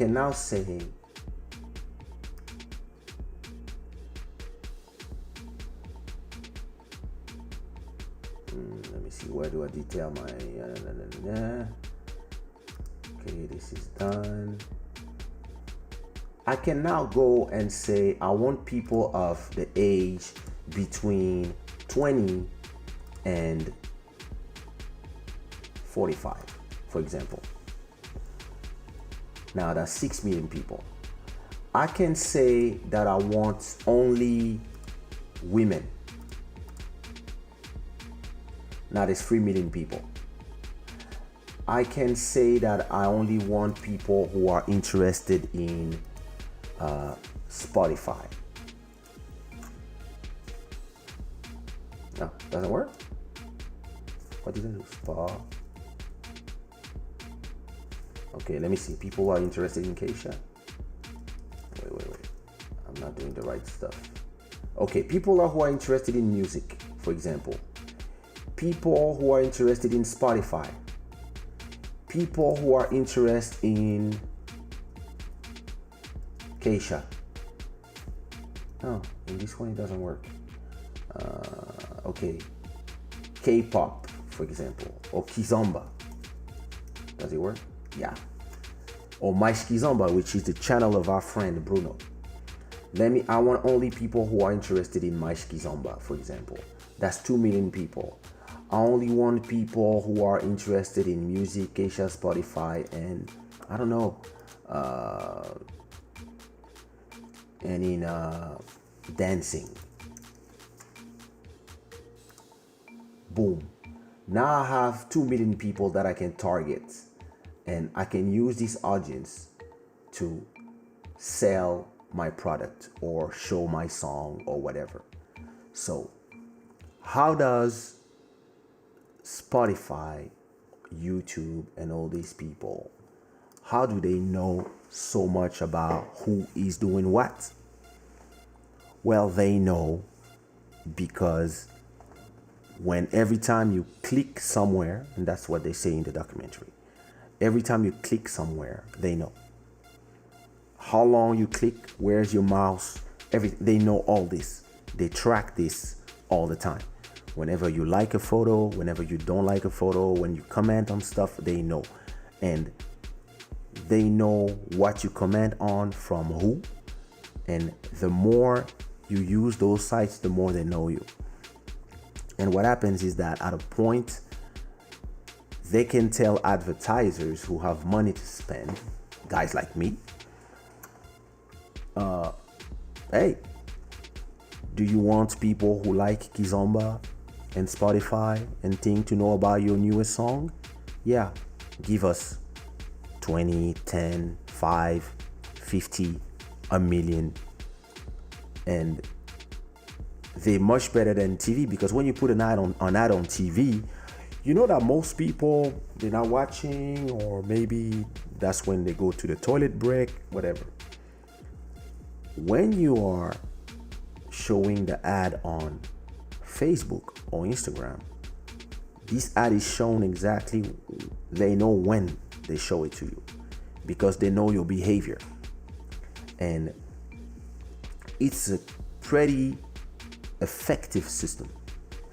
The only problem is that it has created, and that's what you will see in the documentary when you watch it, it has created social disturbance, if I can say, because they made the platforms make you react to a certain way, and the more you believe something, the more the platform shows you posts and people that believe the same thing as you.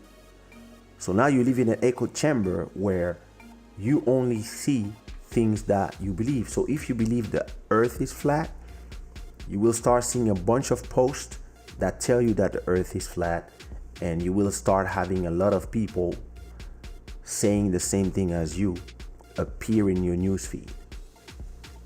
Why? Because the algorithm deemed that is the best way for you to stay on the platform, read the stuff, the nonsense that you believe in, so that they can put some ads in there. And more, those who believe in Trump only talk between themselves. The racists only talk between themselves. The people who believe that the pro-black, they all talk between themselves. The people who believe that whatever they believe, they all between themselves. And whenever you come and disagree with them, they now have these swarm ways. Like, say anything about Beyonce, even if you're not critiquing, you just say, man, this song is great, but I prefer the other one. You might have a bunch of beehive come and start insulting you.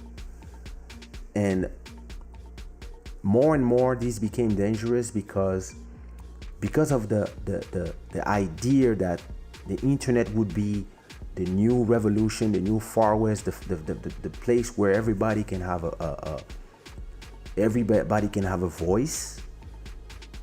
This opened the Pandora box of all the people who should not have a voice. But at the same time, who am I to say that that person cannot have a voice and I can? Because I decide that this person is not intelligent or crazy or racist or whatever. Who decides, right? And at the same time, without the internet, without YouTube, without those platforms, I wouldn't be there talking to you. Because it cost me nothing. It cost me just my internet connection. Okay, I bought my camera, my lights, my microphone, my stuff, but I don't pay the price it costs to have my image and my voice sent to the internet, right?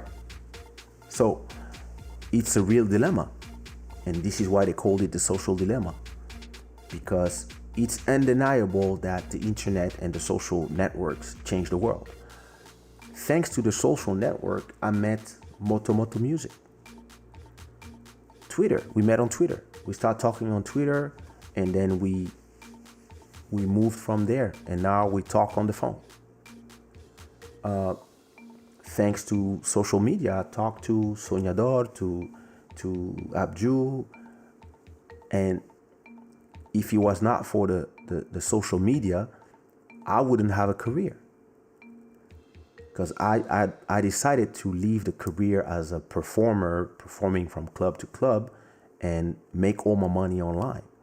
And without those platforms, Spotify, Apple Music, YouTube, Twitter, Instagram, I might be forgotten now, right? So I cannot complain about those platforms because YouTube pays my rent. YouTube has been paying my rent for 10 years. YouTube sends me, I don't know, 2,000, 3,000 euros every month. Just from views of music videos, from Club Shada, from super chats, from people replaying my videos, etc., etc. So at the same time, you cannot complain about them, but at the same time, the way they make money at some point is irresponsible, because a lot of people now, because of the way they designed it so that the dopamine, right? The dopamine excites you, makes you feel a way when somebody follows you, when you get a like. When you don't get a like, you feel depressed. You start believing that, let's say you post a photo and you have 100 likes. And then every time you post a photo, you get 100 likes. And you're like, oh, it's amazing. I have 100 people liking my, oh, wow, that's a lot of likes. Okay, cool. But one day you post a photo and for whatever reason you were in a bikini suit and you're showing a little bit of your ass for whatever reason because it was a nice photo, you liked it, and all of a sudden you have like 5,000 likes and everybody's like, oh my God, fire. This will create in you a feeling of, oh my God, like fame, the worst drug in the world. And then after a day or two, you post another photo, a normal photo, and now you're back to 50 likes. And now you feel depressed. This is how some people feel. And then all of a sudden, they will post another photo showing a little more of their nakedness or whatever, just to get the likes. But when you think about it, the likes doesn't pay your rent. But a lot of people are so obsessed with having likes that they change their behavior to just for the likes. I'm 46. And I've been famous for 20 years, if not more. And before even releasing my album, I was already famous in the underground. I was already liked by the girls. And so it's hard to impress me with these things, even if, hey, it's cool. Yeah, I had a few likes in the photo. I'm happy, but this doesn't create, I know how to take my distance from these things. My daughter is 3 years old. She's gonna live in a world where they will have social networks, profiles, and people commenting on your photos. And sometimes the people comment on your photos and they say the craziest stuff. Oh, you ugly. Oh my God, what a cow. Because people are speaking to screens, typing on their phones. They don't see the feelings. They don't see what it feels when you receive some of this stuff. Listen, I've been releasing songs for years. When I released my first album, a lot of people start coming to the internet and saying, yo, he doesn't know how to sing, what a bad music, this guy, he's African, he's an African doing zouk, what the fuck, what is doing here, why is he stealing our culture? And then you had the Congolese people, who do you think you are, why are you not doing Congolese music, fuck this guy, now he's doing Coupé de Calais, so yeah, you eat everywhere, I just wanted to make good music. And trust me, when it's your first album, you're young. So 1998, my first album, so 22 years ago. You just want people to love you. That's why you make music. You want to express yourself and you want people to love your music. You are not here to express anything else than what you have in your heart, right? And now you have people coming, yeah, why don't you use your music to talk about this subject that I'm interested in? Why don't you talk about this? Why don't you talk about the situation in there? Why don't you talk about this? Why don't you say to the people that they have to vote for this person? And I'm like, yo, I'm not Bob Marley. I want to sing love songs. Fuck you. What are you going to say to your grandchildren? Yo. And you get depressed very fast, very, very fast, because all of a sudden you have all these strangers that they want you to know their opinion, their negative opinion. And they feel that it's important that they tell you that they don't like you. Listen, if I don't like somebody or if I don't like a product, I'm not going to Instagram to find a person, lose 5 minutes of my life that are precious 5 minutes to go and tell somebody, yo, I hate that new song. Yeah, I hope you die. What's wrong with people? When I don't like somebody or I mean, if I don't like somebody's work because I don't know that person, I cannot like that like or not like that person. I don't know that person, right? If I didn't feel moved by somebody's work, I listen to something else. But there's a lot of people who were born on the internet. They believe that if they like something, they have to lick your ass, put their tongue deep in it, and if they don't like it, they have to insult you. And that's the only way they learn. Listen, if people act the way they act on the internet, in the real life, in the streets, they would be punched the fuck in their mouth. But because they are far, they feel like all the stupid things they say are not impacting the other people. But if you are alone in your house and you don't have the moral support of somebody, and all of a sudden you have 200 people calling you a monkey, or telling you that you're ugly, or telling you that your song is horrible, or whatever, or yeah, last time you had a hit was in 2003. Shut.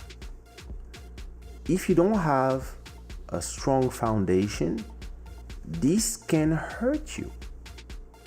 And this happens a lot. And that's the problem with the way these social media are made. Everywhere there's a comment section that is waiting for your comment.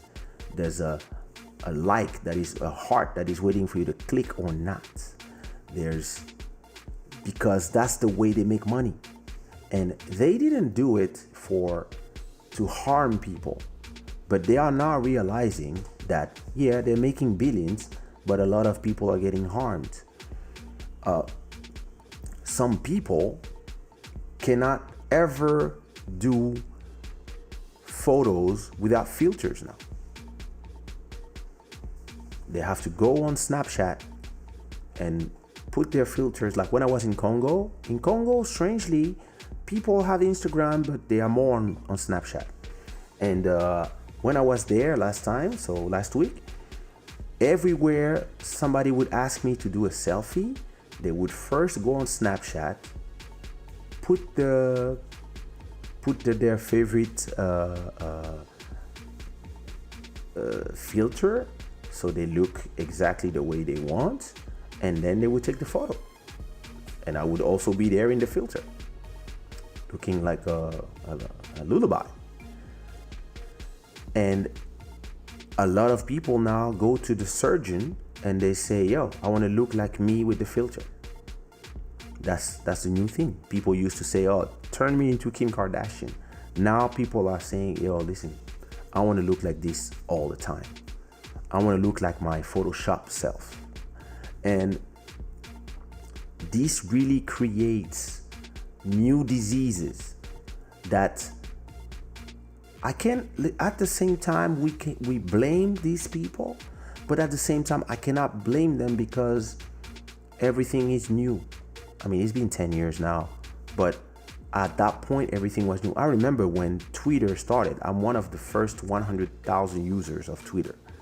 In 2007, I remember to post a tweet, you had to send an SMS or go from the web. And I remember I was going to Mozambique, I was on tour, and I was sending SMSs to a number in the UK so it could post on my Twitter back in the days. And at that time, yeah, everybody was accessible, the founders, and it was just about having a place when you can talk.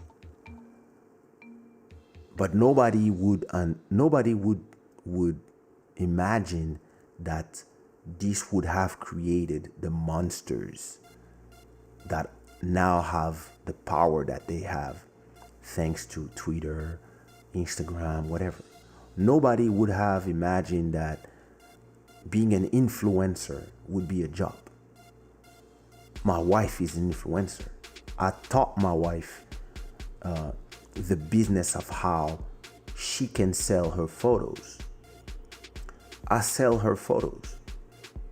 I receive email, yo, I want to send a dress to your wife, I have a brand, da, da, da, da. I say, yeah, okay, that much. And she posts one photo, or you can buy a pack where she does 3 photos, and she will tag you exclusively for X, or with other brands for X. And if you pay a little more, we can even do a YouTube videos, or if you pay even a little more, you can even sponsor Club Shada, and you can be here. Those are the business moves I'm gonna do soon. Soon here, you see my brand for now, but soon I'm gonna have probably somebody that I'm gonna tell, hey, listen, this is your job. Find people who pay $250 for one episode, so that if I do 8 episodes in the month, there you go, I have $2,000. So nobody would have imagined that influencer would be a job. Nobody would have imagined that talking to a camera on YouTube would be a job. Some people make millions doing exactly what I'm doing. Some people sing every day on Twitch, and they receive super chats like you can do here. They receive donations from the donation link, or people go support them in their by listening to the music, by commenting, whatever. It is the way everything has been designed. It is designed to keep you stressed via the dopamine, so that you stay on the platform and you are interacting with other people. And they realize that when the interaction is negative, people tend to stay longer because they want to win the argument, so they can see more ads. The problem is that is slowly destroying. I wouldn't say it's destroying the world, even if I would say that it is destroying courtesy. I believe that when I disagree with somebody, I listen to what they have to say, I listen to their arguments, and then I prepare my counter argument. And when they're done talking, I start telling them my arguments. And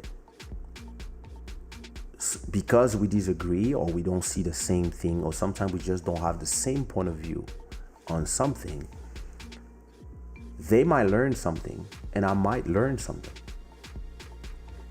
as long as we listen to each other. But what social media is doing, it's creating a whole generation of people that don't listen to each other. They are just replying to each other, and they already have their mind made up, and all they want is to defend what they think. The rest, they don't care. And they're not here to learn. They're here to just validate and be validated by people who think the same thing as them. But how do you learn then? You're not going to learn anything if all you do is reading the same thing and believing the same thing. If you believe that the vaccine for COVID is bad, and you only read about people who tell you that the vaccine is bad because this is what YouTube or Facebook or Instagram is showing you, how are you gonna learn if you don't have a counter thesis? You need somebody. You need to write also about why it's good, so then you can make up your mind. It's the same thing as the debate of it. To me, I'm sorry, like, I don't realize why it makes people crazy. Like, when you say Black Lives Matters, it is true, it does, and it's something about police brutality, I understand. And sometimes some people reply, yeah, but all life matters. It is true too, but when you see the way people respond to anybody that says all life matters, instead of just saying, duh, yeah, we know, but okay, let's focus, people just go crazy on them. Like, yo, Nada, how can you be insensitive? Oh, you are deaf, Nada. Yo, calm down. When you say, I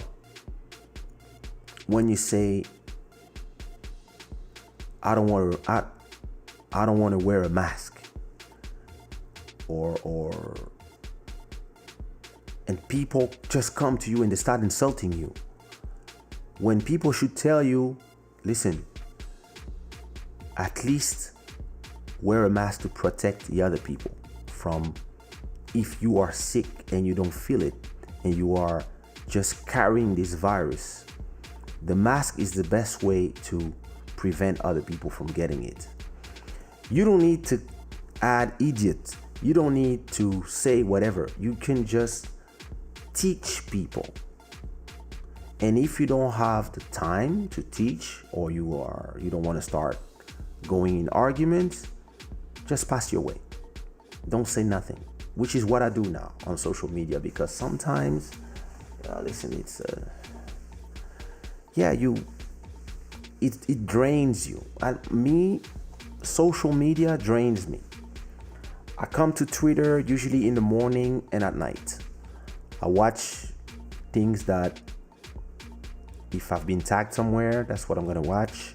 If somebody's talking to me, and I might watch a few things. But I realize that every time I'm watching a YouTube video that I like, or an article about iPhones that I like, every time I go in the comment sections, I start feeling anxious, because people are not able to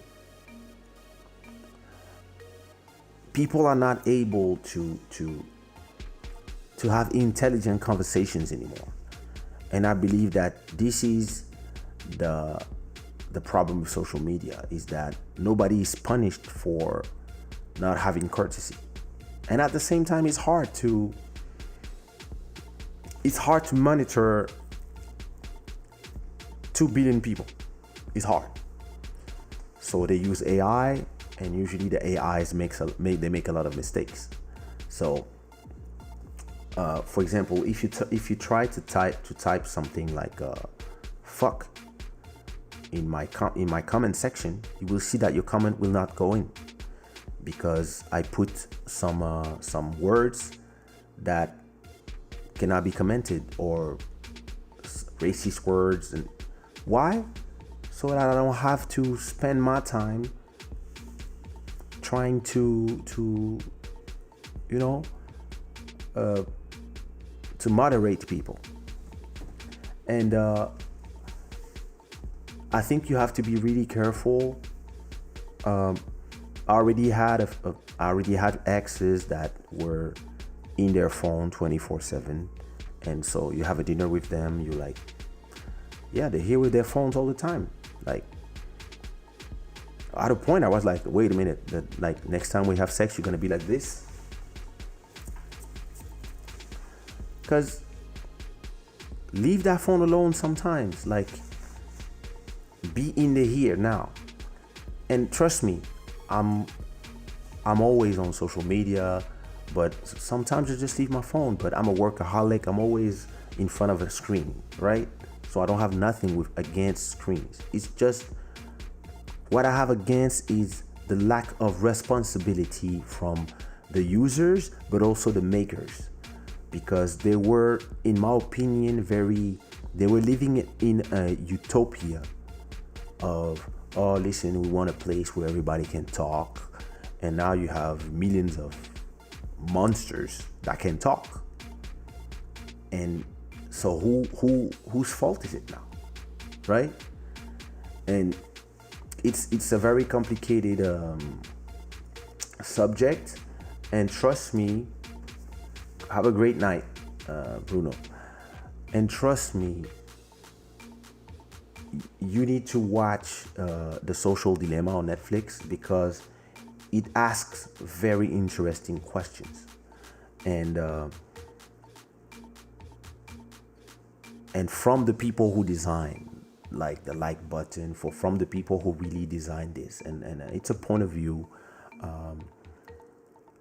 I don't believe that they give all the answers, because nobody should have all the answers. I believe that, but it's interesting to have that point of view and maybe another one, because I believe that social media did a lot of good as well.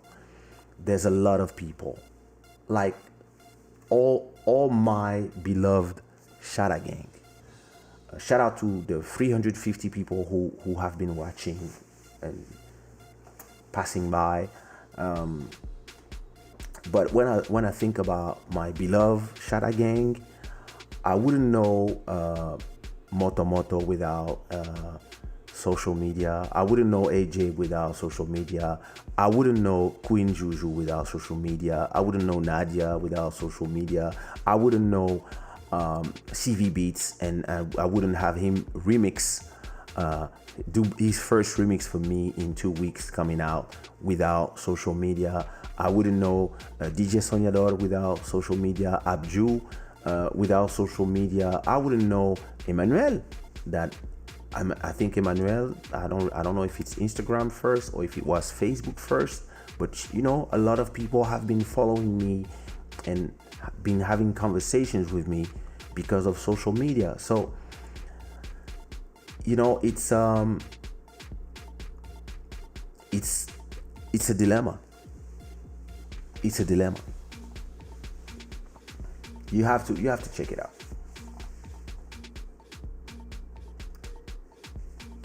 Yep.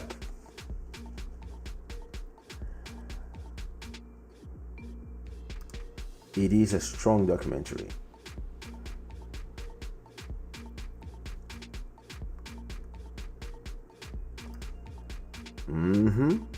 Yep. Exactly. And some companies are taking it in their hands, and some others, they're using the lack of regulations to make billions.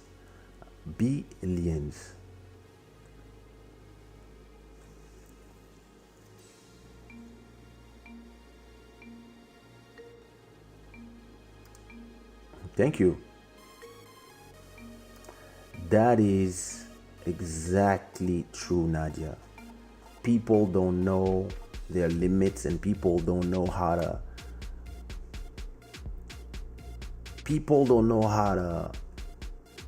control themselves.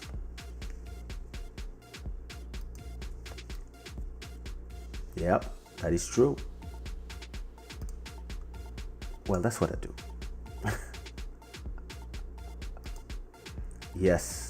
Yes, it can completely break your psyche, and you have to protect your energy. This is what I say all the time. Make sure you protect your energy.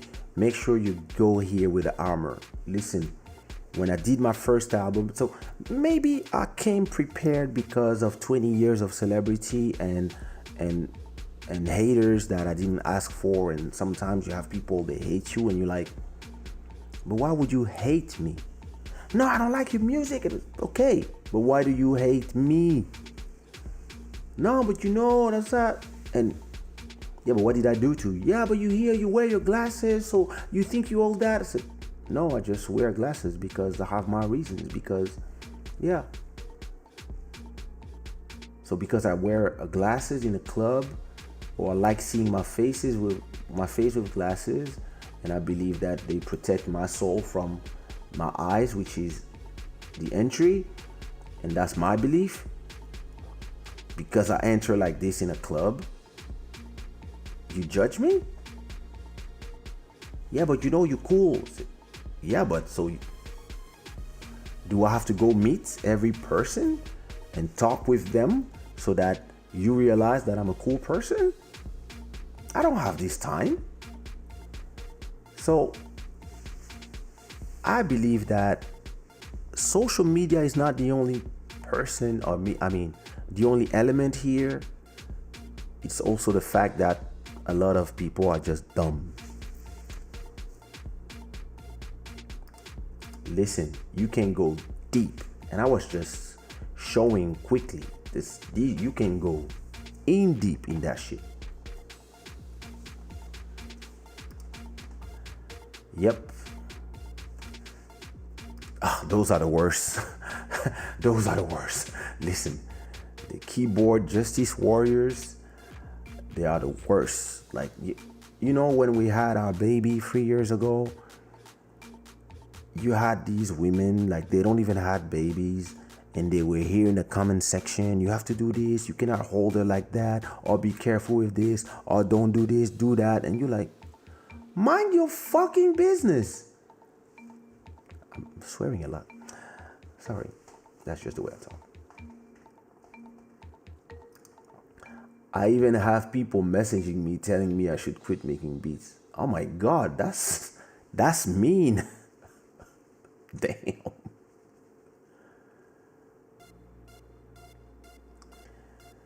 Fame on social media is an illusion. Real fame is people with talent in real life, but nowadays this illusion of fame, likes for people from TV reality show, looks real, like it's just a vitrine. It's just a vitrine. Yeah. Listen, fame is a drug. It's like fame is worse than cocaine, because I know so many people who got fucked up by being famous, because all of a sudden you go for free everywhere, you get bottles offered, you get your you have men and women offering you their bodies, and you get the illusion of people loving you, where people love your work and they mistake the work and the person. So you walk in the streets and you have to do photos with people, and people recognize you, and everywhere you go, like, oh my God, it's him. And you play in a club for 500 people. Oh, everybody's yelling, crying, screaming your name. You play in a club for 1,000 people and everybody's yelling your name. You play in a club, you play in a venue for 5,000 people and everybody's here yelling your name. And you go in 20 different countries, and now you play in places with 10,000 people, 20,000 people. You play in festival, Cape Verde, 60,000 people, 100,000 people, and everybody is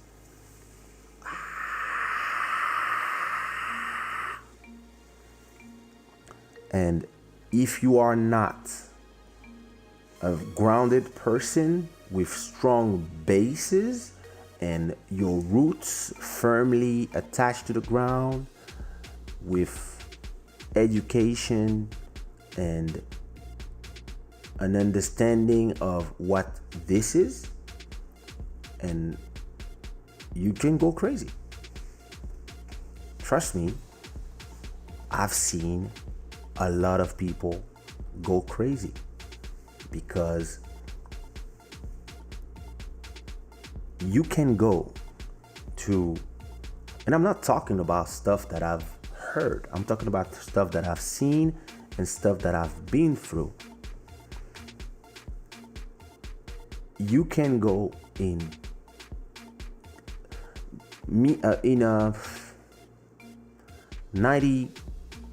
20 years ago, right? 2000.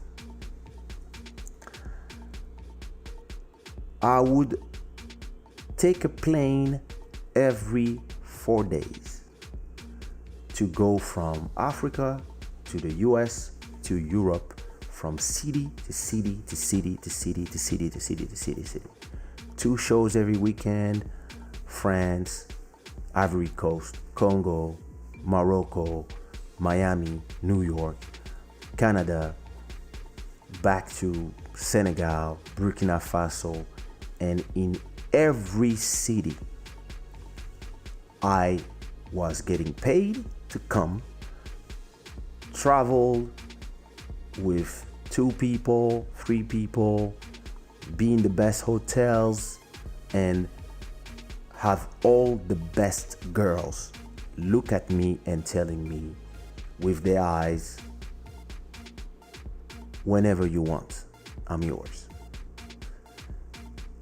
And getting paid.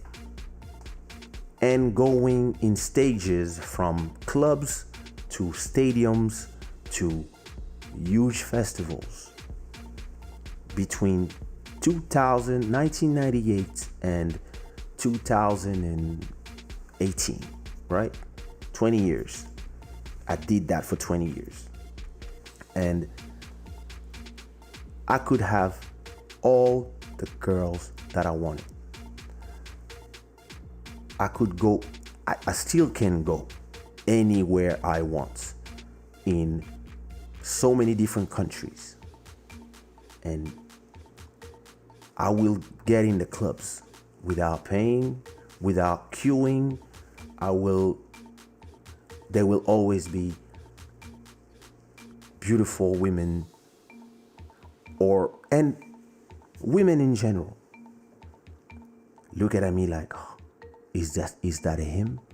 Oh, I wish you could fuck me. And if I want, I can. And the only thing that saved me from that drug, that is fame, is my education. Is the fact that I only want to be with people that are here for me. Not people that want to be my friend or my girl for the night just because I'm famous. This kind of pisses me off. So, and very early I was like, this looks like something evil. I want to sing because I have something to say. I don't want to sing because I'm trying to be famous. I want to sing because I want to express my feelings. I don't want to sing because I'm trying to be famous. And the real problem with fame is that I should do a video about fame, but yeah, listen. The real problem with fame is that a lot of people, in the beginning, they all sing because they want to express something. But when they become famous, all of a sudden, they like being famous. And now they don't sing to express something anymore. They sing to stay famous. And that's when you are becoming a drug addict. It's the same thing as somebody who is genuinely and passionately trying to save their country. So they go in politics and they say, yeah, I will do this, I will do that, I want to change this, I want to change that. And then when they get in power, all of a sudden they are powerful and they can have anything they want. They can decide who lives, who dies.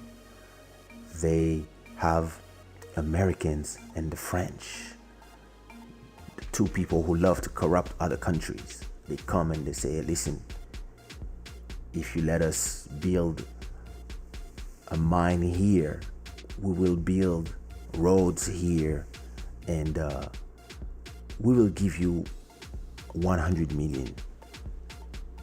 And all of a sudden, they get corrupted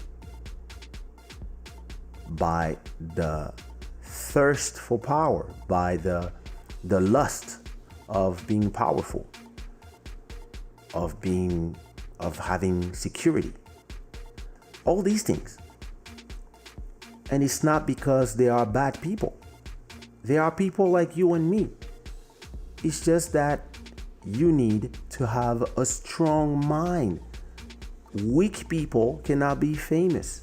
Weak people cannot be powerful, because when they get there, they act like weak people and they have weak reactions to what is thrown to them. I know a lot of people who, before being famous, they had no girls. And then they make a song that becomes a hit, and now they have girls. So they will do everything to keep having girls.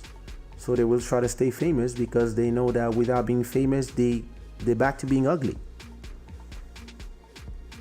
And all of a sudden, boom, that's how you lose yourself. You lose yourself in the process. And you have to be able to understand where you are navigating. And this is the same thing for fame, but it's the same thing for social media. You have to understand that it's a tool. It's a tool that you can use to do amazing things. I hope that you guys who are watching me are enjoying what I do and how I use social media to express what I have to express. And trust me, if I was doing this for fame, I would do on Instagram, where I have a lot of people. When you do a live, they all show up. A lot of people that are not quality people.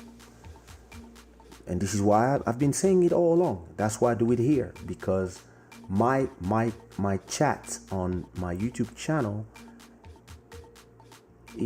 there's more quality. I don't know, let's see in a year when it's twice, 3 times, 4 times, 5 times, 6 times the amount of people. Let's see if it's still quality. Let's hope. But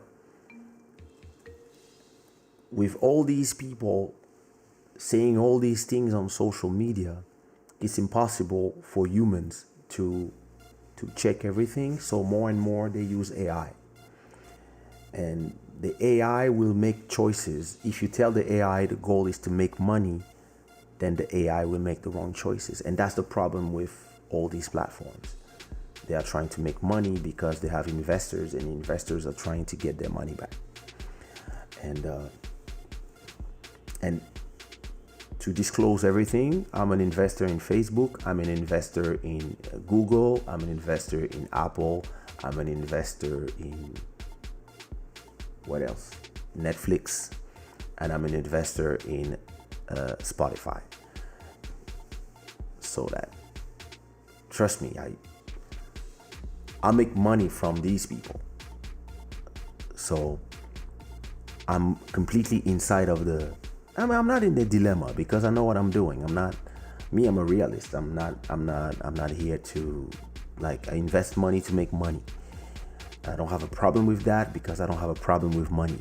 But I also understand all the problems that have been created by these platforms because I was on these platforms from the beginning and I've seen them evolve.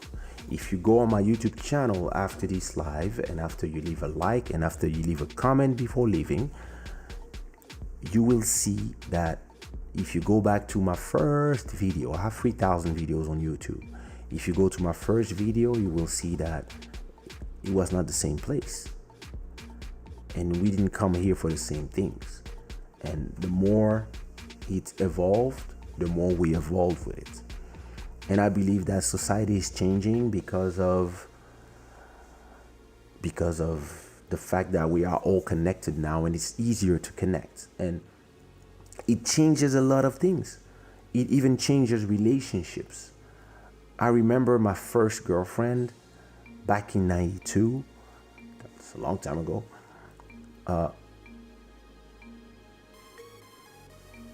I really believe that it was my last girlfriend. And it lasted like 3 years. And when it was over, I was devastated for 3 years because I really thought that I would never find somebody to love anymore. And because I believe that girls that look like her, with the hair like her skin complexion, I believe that she was unique. Today, I open my Instagram and I see 1,000 of her clones. And back in 92, we had no phones. We used to write love letters, and we used to kiss them, put some perfume, take our time to write them and put them in the post office. We knew that people would receive them after 2 or 3 days, and now they have the time to write them, and so another 2-3 days, after 6 days you would receive your answer. Even worse, when I was in Congo and she was in Martinique, it would take 2 weeks for whatever I'm saying to reach her, which means that by the time my letter arrived and she tells me, I can't wait to see you, that's a whole month.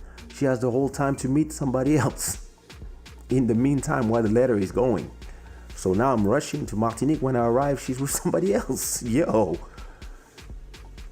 And but relationships took time and were more, the foundation of the relationship was more solid at that time. Whereas today,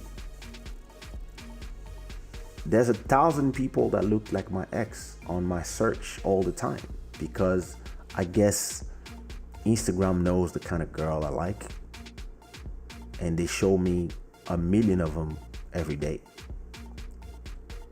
And which means that whenever I'm single, it's not like I need to go in a library and find them, or go in a club and be lucky to meet them and talk with them, no, they're here. Everybody's here, so everybody can talk to each other. So relationships have a different meaning now. People, they single. The moment you're single, you can send 10 messages to the sky and you will receive 2 answers at 4 a.m. Listen, I have some, I remember I just got single 7 years ago, and I was depressed, and I was about to write a song called Poison about that girl. But then I just some girls where, there's some sexual tension, and I just send at 4 a.m. I just send, hey, ... to 10 different girls. And a few minutes later, I received from 2, hey, ... There you go. You could not do that in 92. You're not gonna write a letter and send it to the sky. Nah. Today, it's so easy to meet people, to connect with people, to listen. Sometimes I'm in a club, there's a girl looking at me,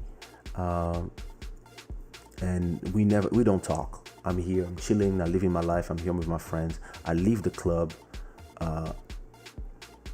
and the next day, or maybe before even leaving the club, there's a message on my Instagram. Like, it was great to see you today. Wait, what? Who's that? So you go I don't remember. Oh, you click. Oh, that's the girl from the club. Which means it's so easy today to meet and talk with people that this changes the fundamental of relationships. So people like me who are dreaming of doing what my parents have done, we out of luck, because people rather, I think our parents, because of the lack of internet, they would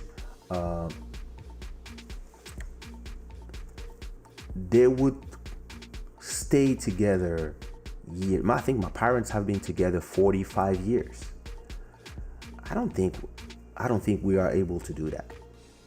This generation and the generation of my daughter, I don't know what they're gonna do, because maybe they will have internet in their chip, in their Neuralink connected, and they will see everything, and they will connect, and they will take decisions with their brains directly. So it's gonna be even worse for them. But our parents used to go through things together, and when they got married, it was through thick and thin. the man could cheat on his woman, or vice versa, or they could have problems or whatever would be thrown their way. They would have a strong foundation, and they would just go forward and stay together no matter what. Our generations, when there's one problem, people start taking their phone and they start talking to other people, and they realize they have a lot of options, so they don't fight for what they have. So I mean, is it great? Is it bad? All I know is it's different. Like, this is, what social media is doing.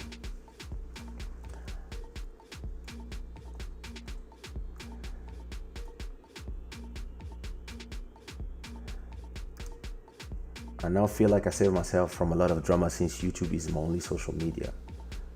Bro, there's a lot of drama on YouTube. Yeah, it's just, I mean, I do agree that when I meet somebody and they tell me I don't have Instagram or Twitter or whatever, I'm like, hey, yo, are you an alien?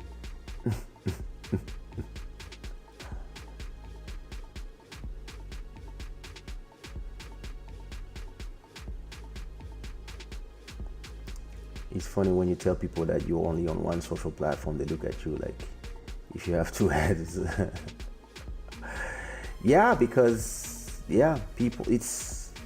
people are just used to that. That's crazy, huh? When good values and principle is being destroyed by these machines, we destroy the society. Or we change it.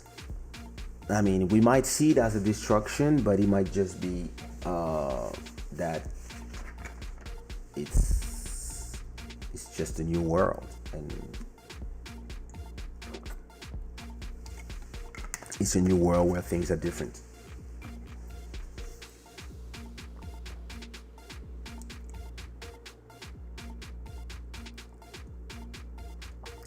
To wear or not wear a mask has ended a lot of relationship, friendship. It's crazy when people get in the feeling it's a wrap. That's crazy. Like, people fight about stuff. Sometimes I'm like, are you even listening to each other? Or I mean, are you just listening to what other people are saying? Yeah, listen. Me, all I know is after surviving COVID-19, I wear a mask, and people that don't want to wear it or put me in danger, I can't do nothing for them. But at the same time, I mean, understand. I mean, the Asians have been used to wearing masks forever, so it's not the same thing for them. Our democracies, we just spoiled brats. Yeah. Listen, I wouldn't say that social media makes us anxious and depressed. I would say that it depends on your social media. It's up to you to dance with the algorithm. I love using that because that's what I do when I do business with these things. I like to dance with the algorithm. I like to teach the algorithm what I want to see. And I want to teach the algorithm what I don't like to see. So if I don't comment on some stuff, the algorithm doesn't show me that stuff because the algorithm knows that I'm not commenting on that stuff, and the algorithm doesn't want me to leave. So the algorithm rather show me nice cars, nice girls, music, nice sceneries, nice hotels, nice interior decoration, nice people dancing, rather than showing me Trump and his shenanigans, because I'm not commenting. And because I'm not commenting, the algorithm is like, let me try again. Trump? Anything? I'm like, nope. Okay, we're not showing it to you anymore. So it's up to you to decide, right? And that's why I always ask you guys, put a like on the video so that YouTube shows you more of those videos. That's why when you leave or if you can right now, turn off the chat on your mobile or wherever you're watching and just leave a comment. Say, oh, listen, great conversation. I loved it. Like, and you put a like. And you go to the notification, or you subscribe, of course, and you go to the notification. For example, Charming Cutie is the first time you hear. If you subscribe to the channel and you click the notification and you like, yeah, I wanna receive a notification whenever you go live or when you upload a video, it shows the platform that you are interested in this content.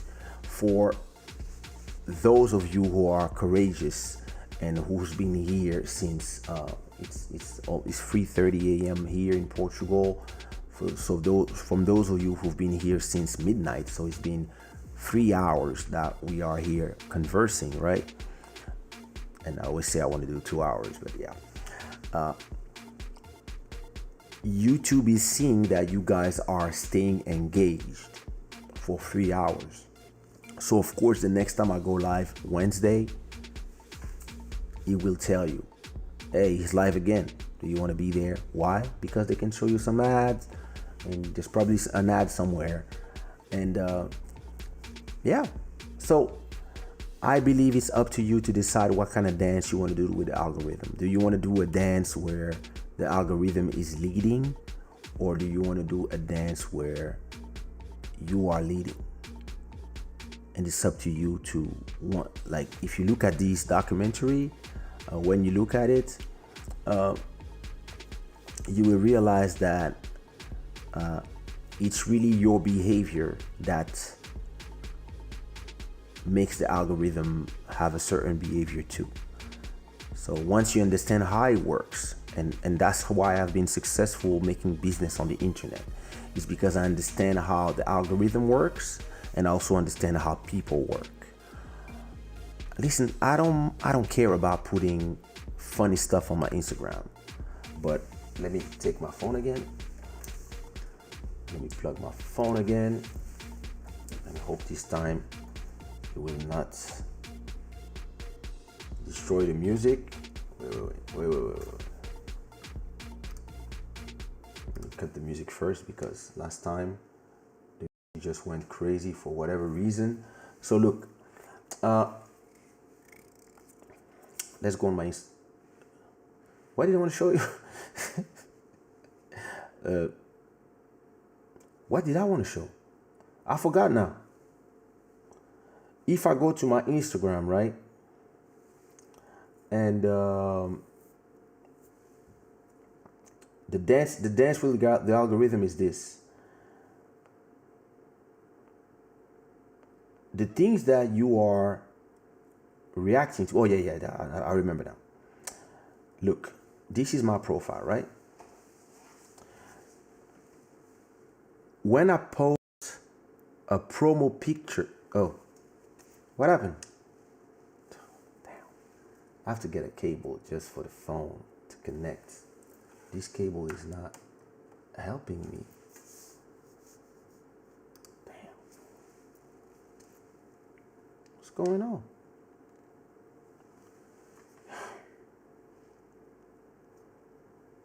Okay, I know how I'm gonna do it.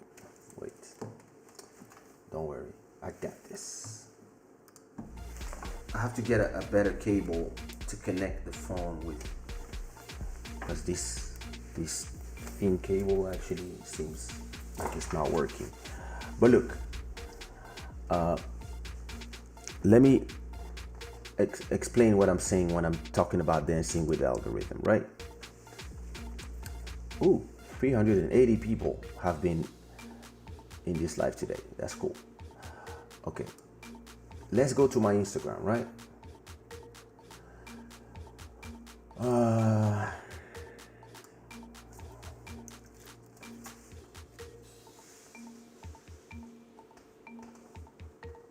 So see, if you go to my Instagram, right,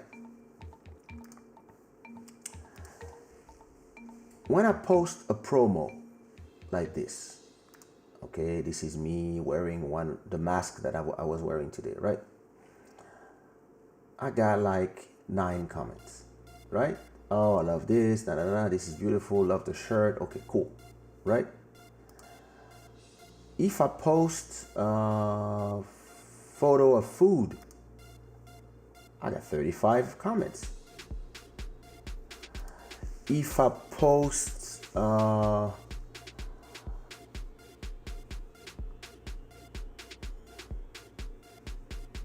food again, a photo with my mom, I got 40 comments. See? If I 76 comments if I post a photo with my mom. Photo with my dad, 37 comments. Food, 50 comments. Me getting a test, 70 comments, right? Now, if I post a photo or a video of somebody, something funny, or somebody falling, I get 88 comments. I get way more comments when I post something stupid like this, for example. Ouch, hurts. Or if I post my daughter, I will have 125 comments. But then if I do some promo, I will have 14 comments. What it shows you is that depending on the type of comment that you post on your social, for example, I post this. Oops. Why? When I post something like this, everybody goes crazy. So it's not the question that I like. I mean, I don't mind. I like posting funny stuff. But I also understand that whenever I post funny stuff, I get more engagement on my profile. And the more engagement I have on my profile, the more the platform and the AI is like, okay, they like when he posts funny stuff. They like his profile. So whenever he posts something, we'll see what we can propose to these guys. And the goal is not for them to like the funny stuff. The goal is for them to be on my profile as long as possible, because the AI is like, oh, they like his profile. So when I post something, a promo, a new album, whatever, even if there's less like, at least the people are seeing it. And then if I sell free face masks because of that post, I get $30. And that's where the business is made. And that's what I call dancing with the algorithm. Me, I do it for business. Others do it for whatever. But you have to understand that those AI are not controlling you. They can control you if you let yourself be controlled. If you use them in a smart way, you are the one in control.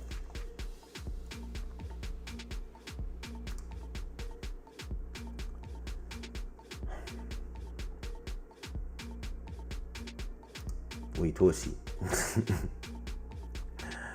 Shada Club has definitely stayed positive. I noticed that when you had new naysayers or trolls, you just ignore them and they wouldn't come back, preserving your energy. Exactly, yeah. I just look at them and I'm like, wrong place, bro. Like, because me, I go by a few mottos. One of my mottos is, if you don't pay my rent, I'm not interested in what you have to say, if it's something stupid. And some people, they come to the comment sections or they come to the chat to spill nonsense. And they get blocked straight, because a lot of people come to my YouTube channel and they say stupid stuff in the comments. So they have been blocked a long time ago. I don't waste my time.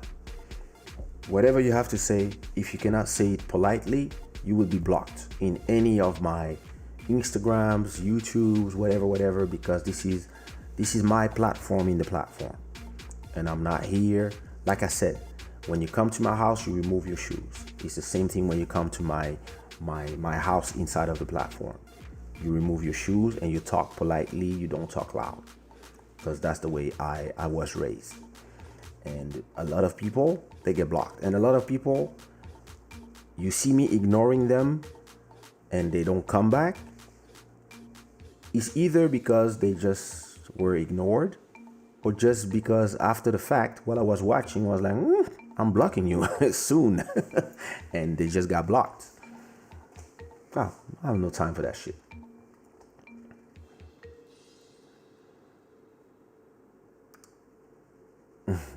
Thank you, brother. Yeah. Do you remember when this was just an experiment?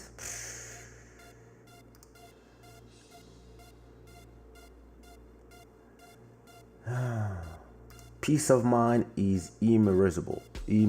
Immeasurable.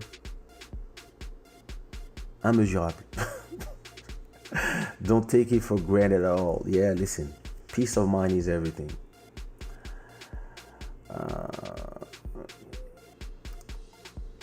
Yeah, Instagram Live, and listen, it's not the same system.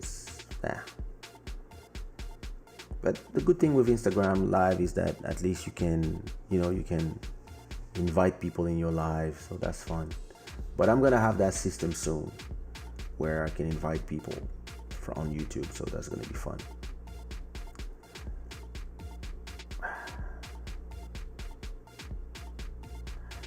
Hey bro, I watch every single studio session video on your channel. I don't know why I always learn from them videos. It's really inspired me in changing my style of kizomba. Wow, that's amazing.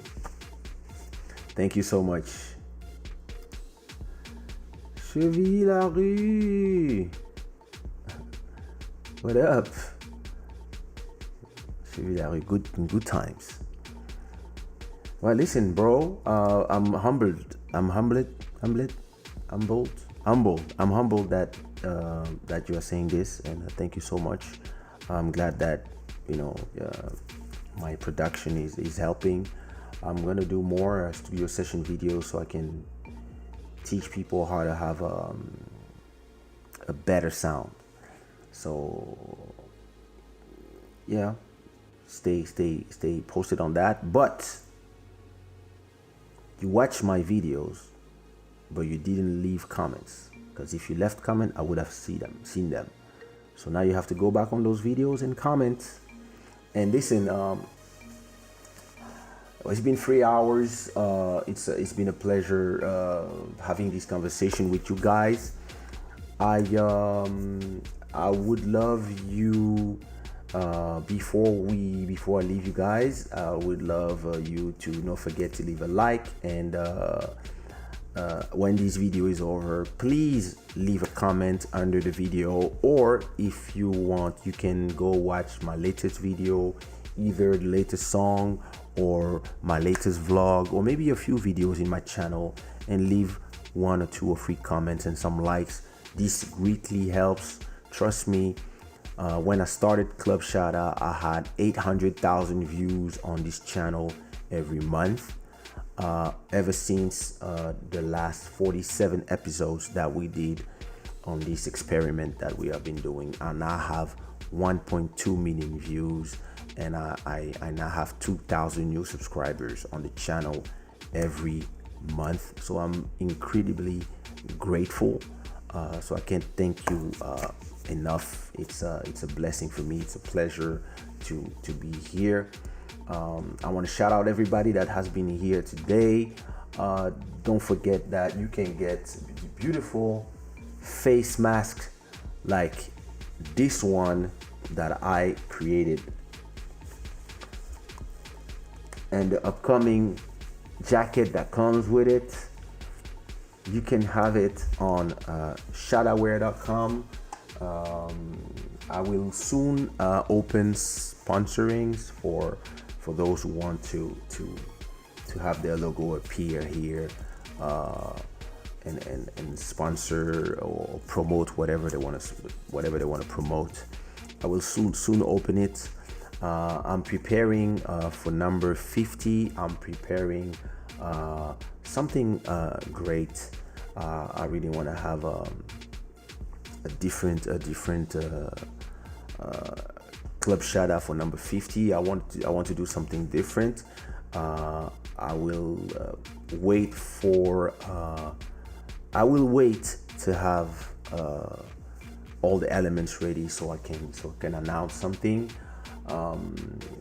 Make sure you follow me on Spotify, which is the platform I prefer for listening music. Make sure you follow me on Spotify or Apple Music or Amazon Music or Google Music or YouTube Music or Tidal or whatever, and play some songs. It helps, pays the rent.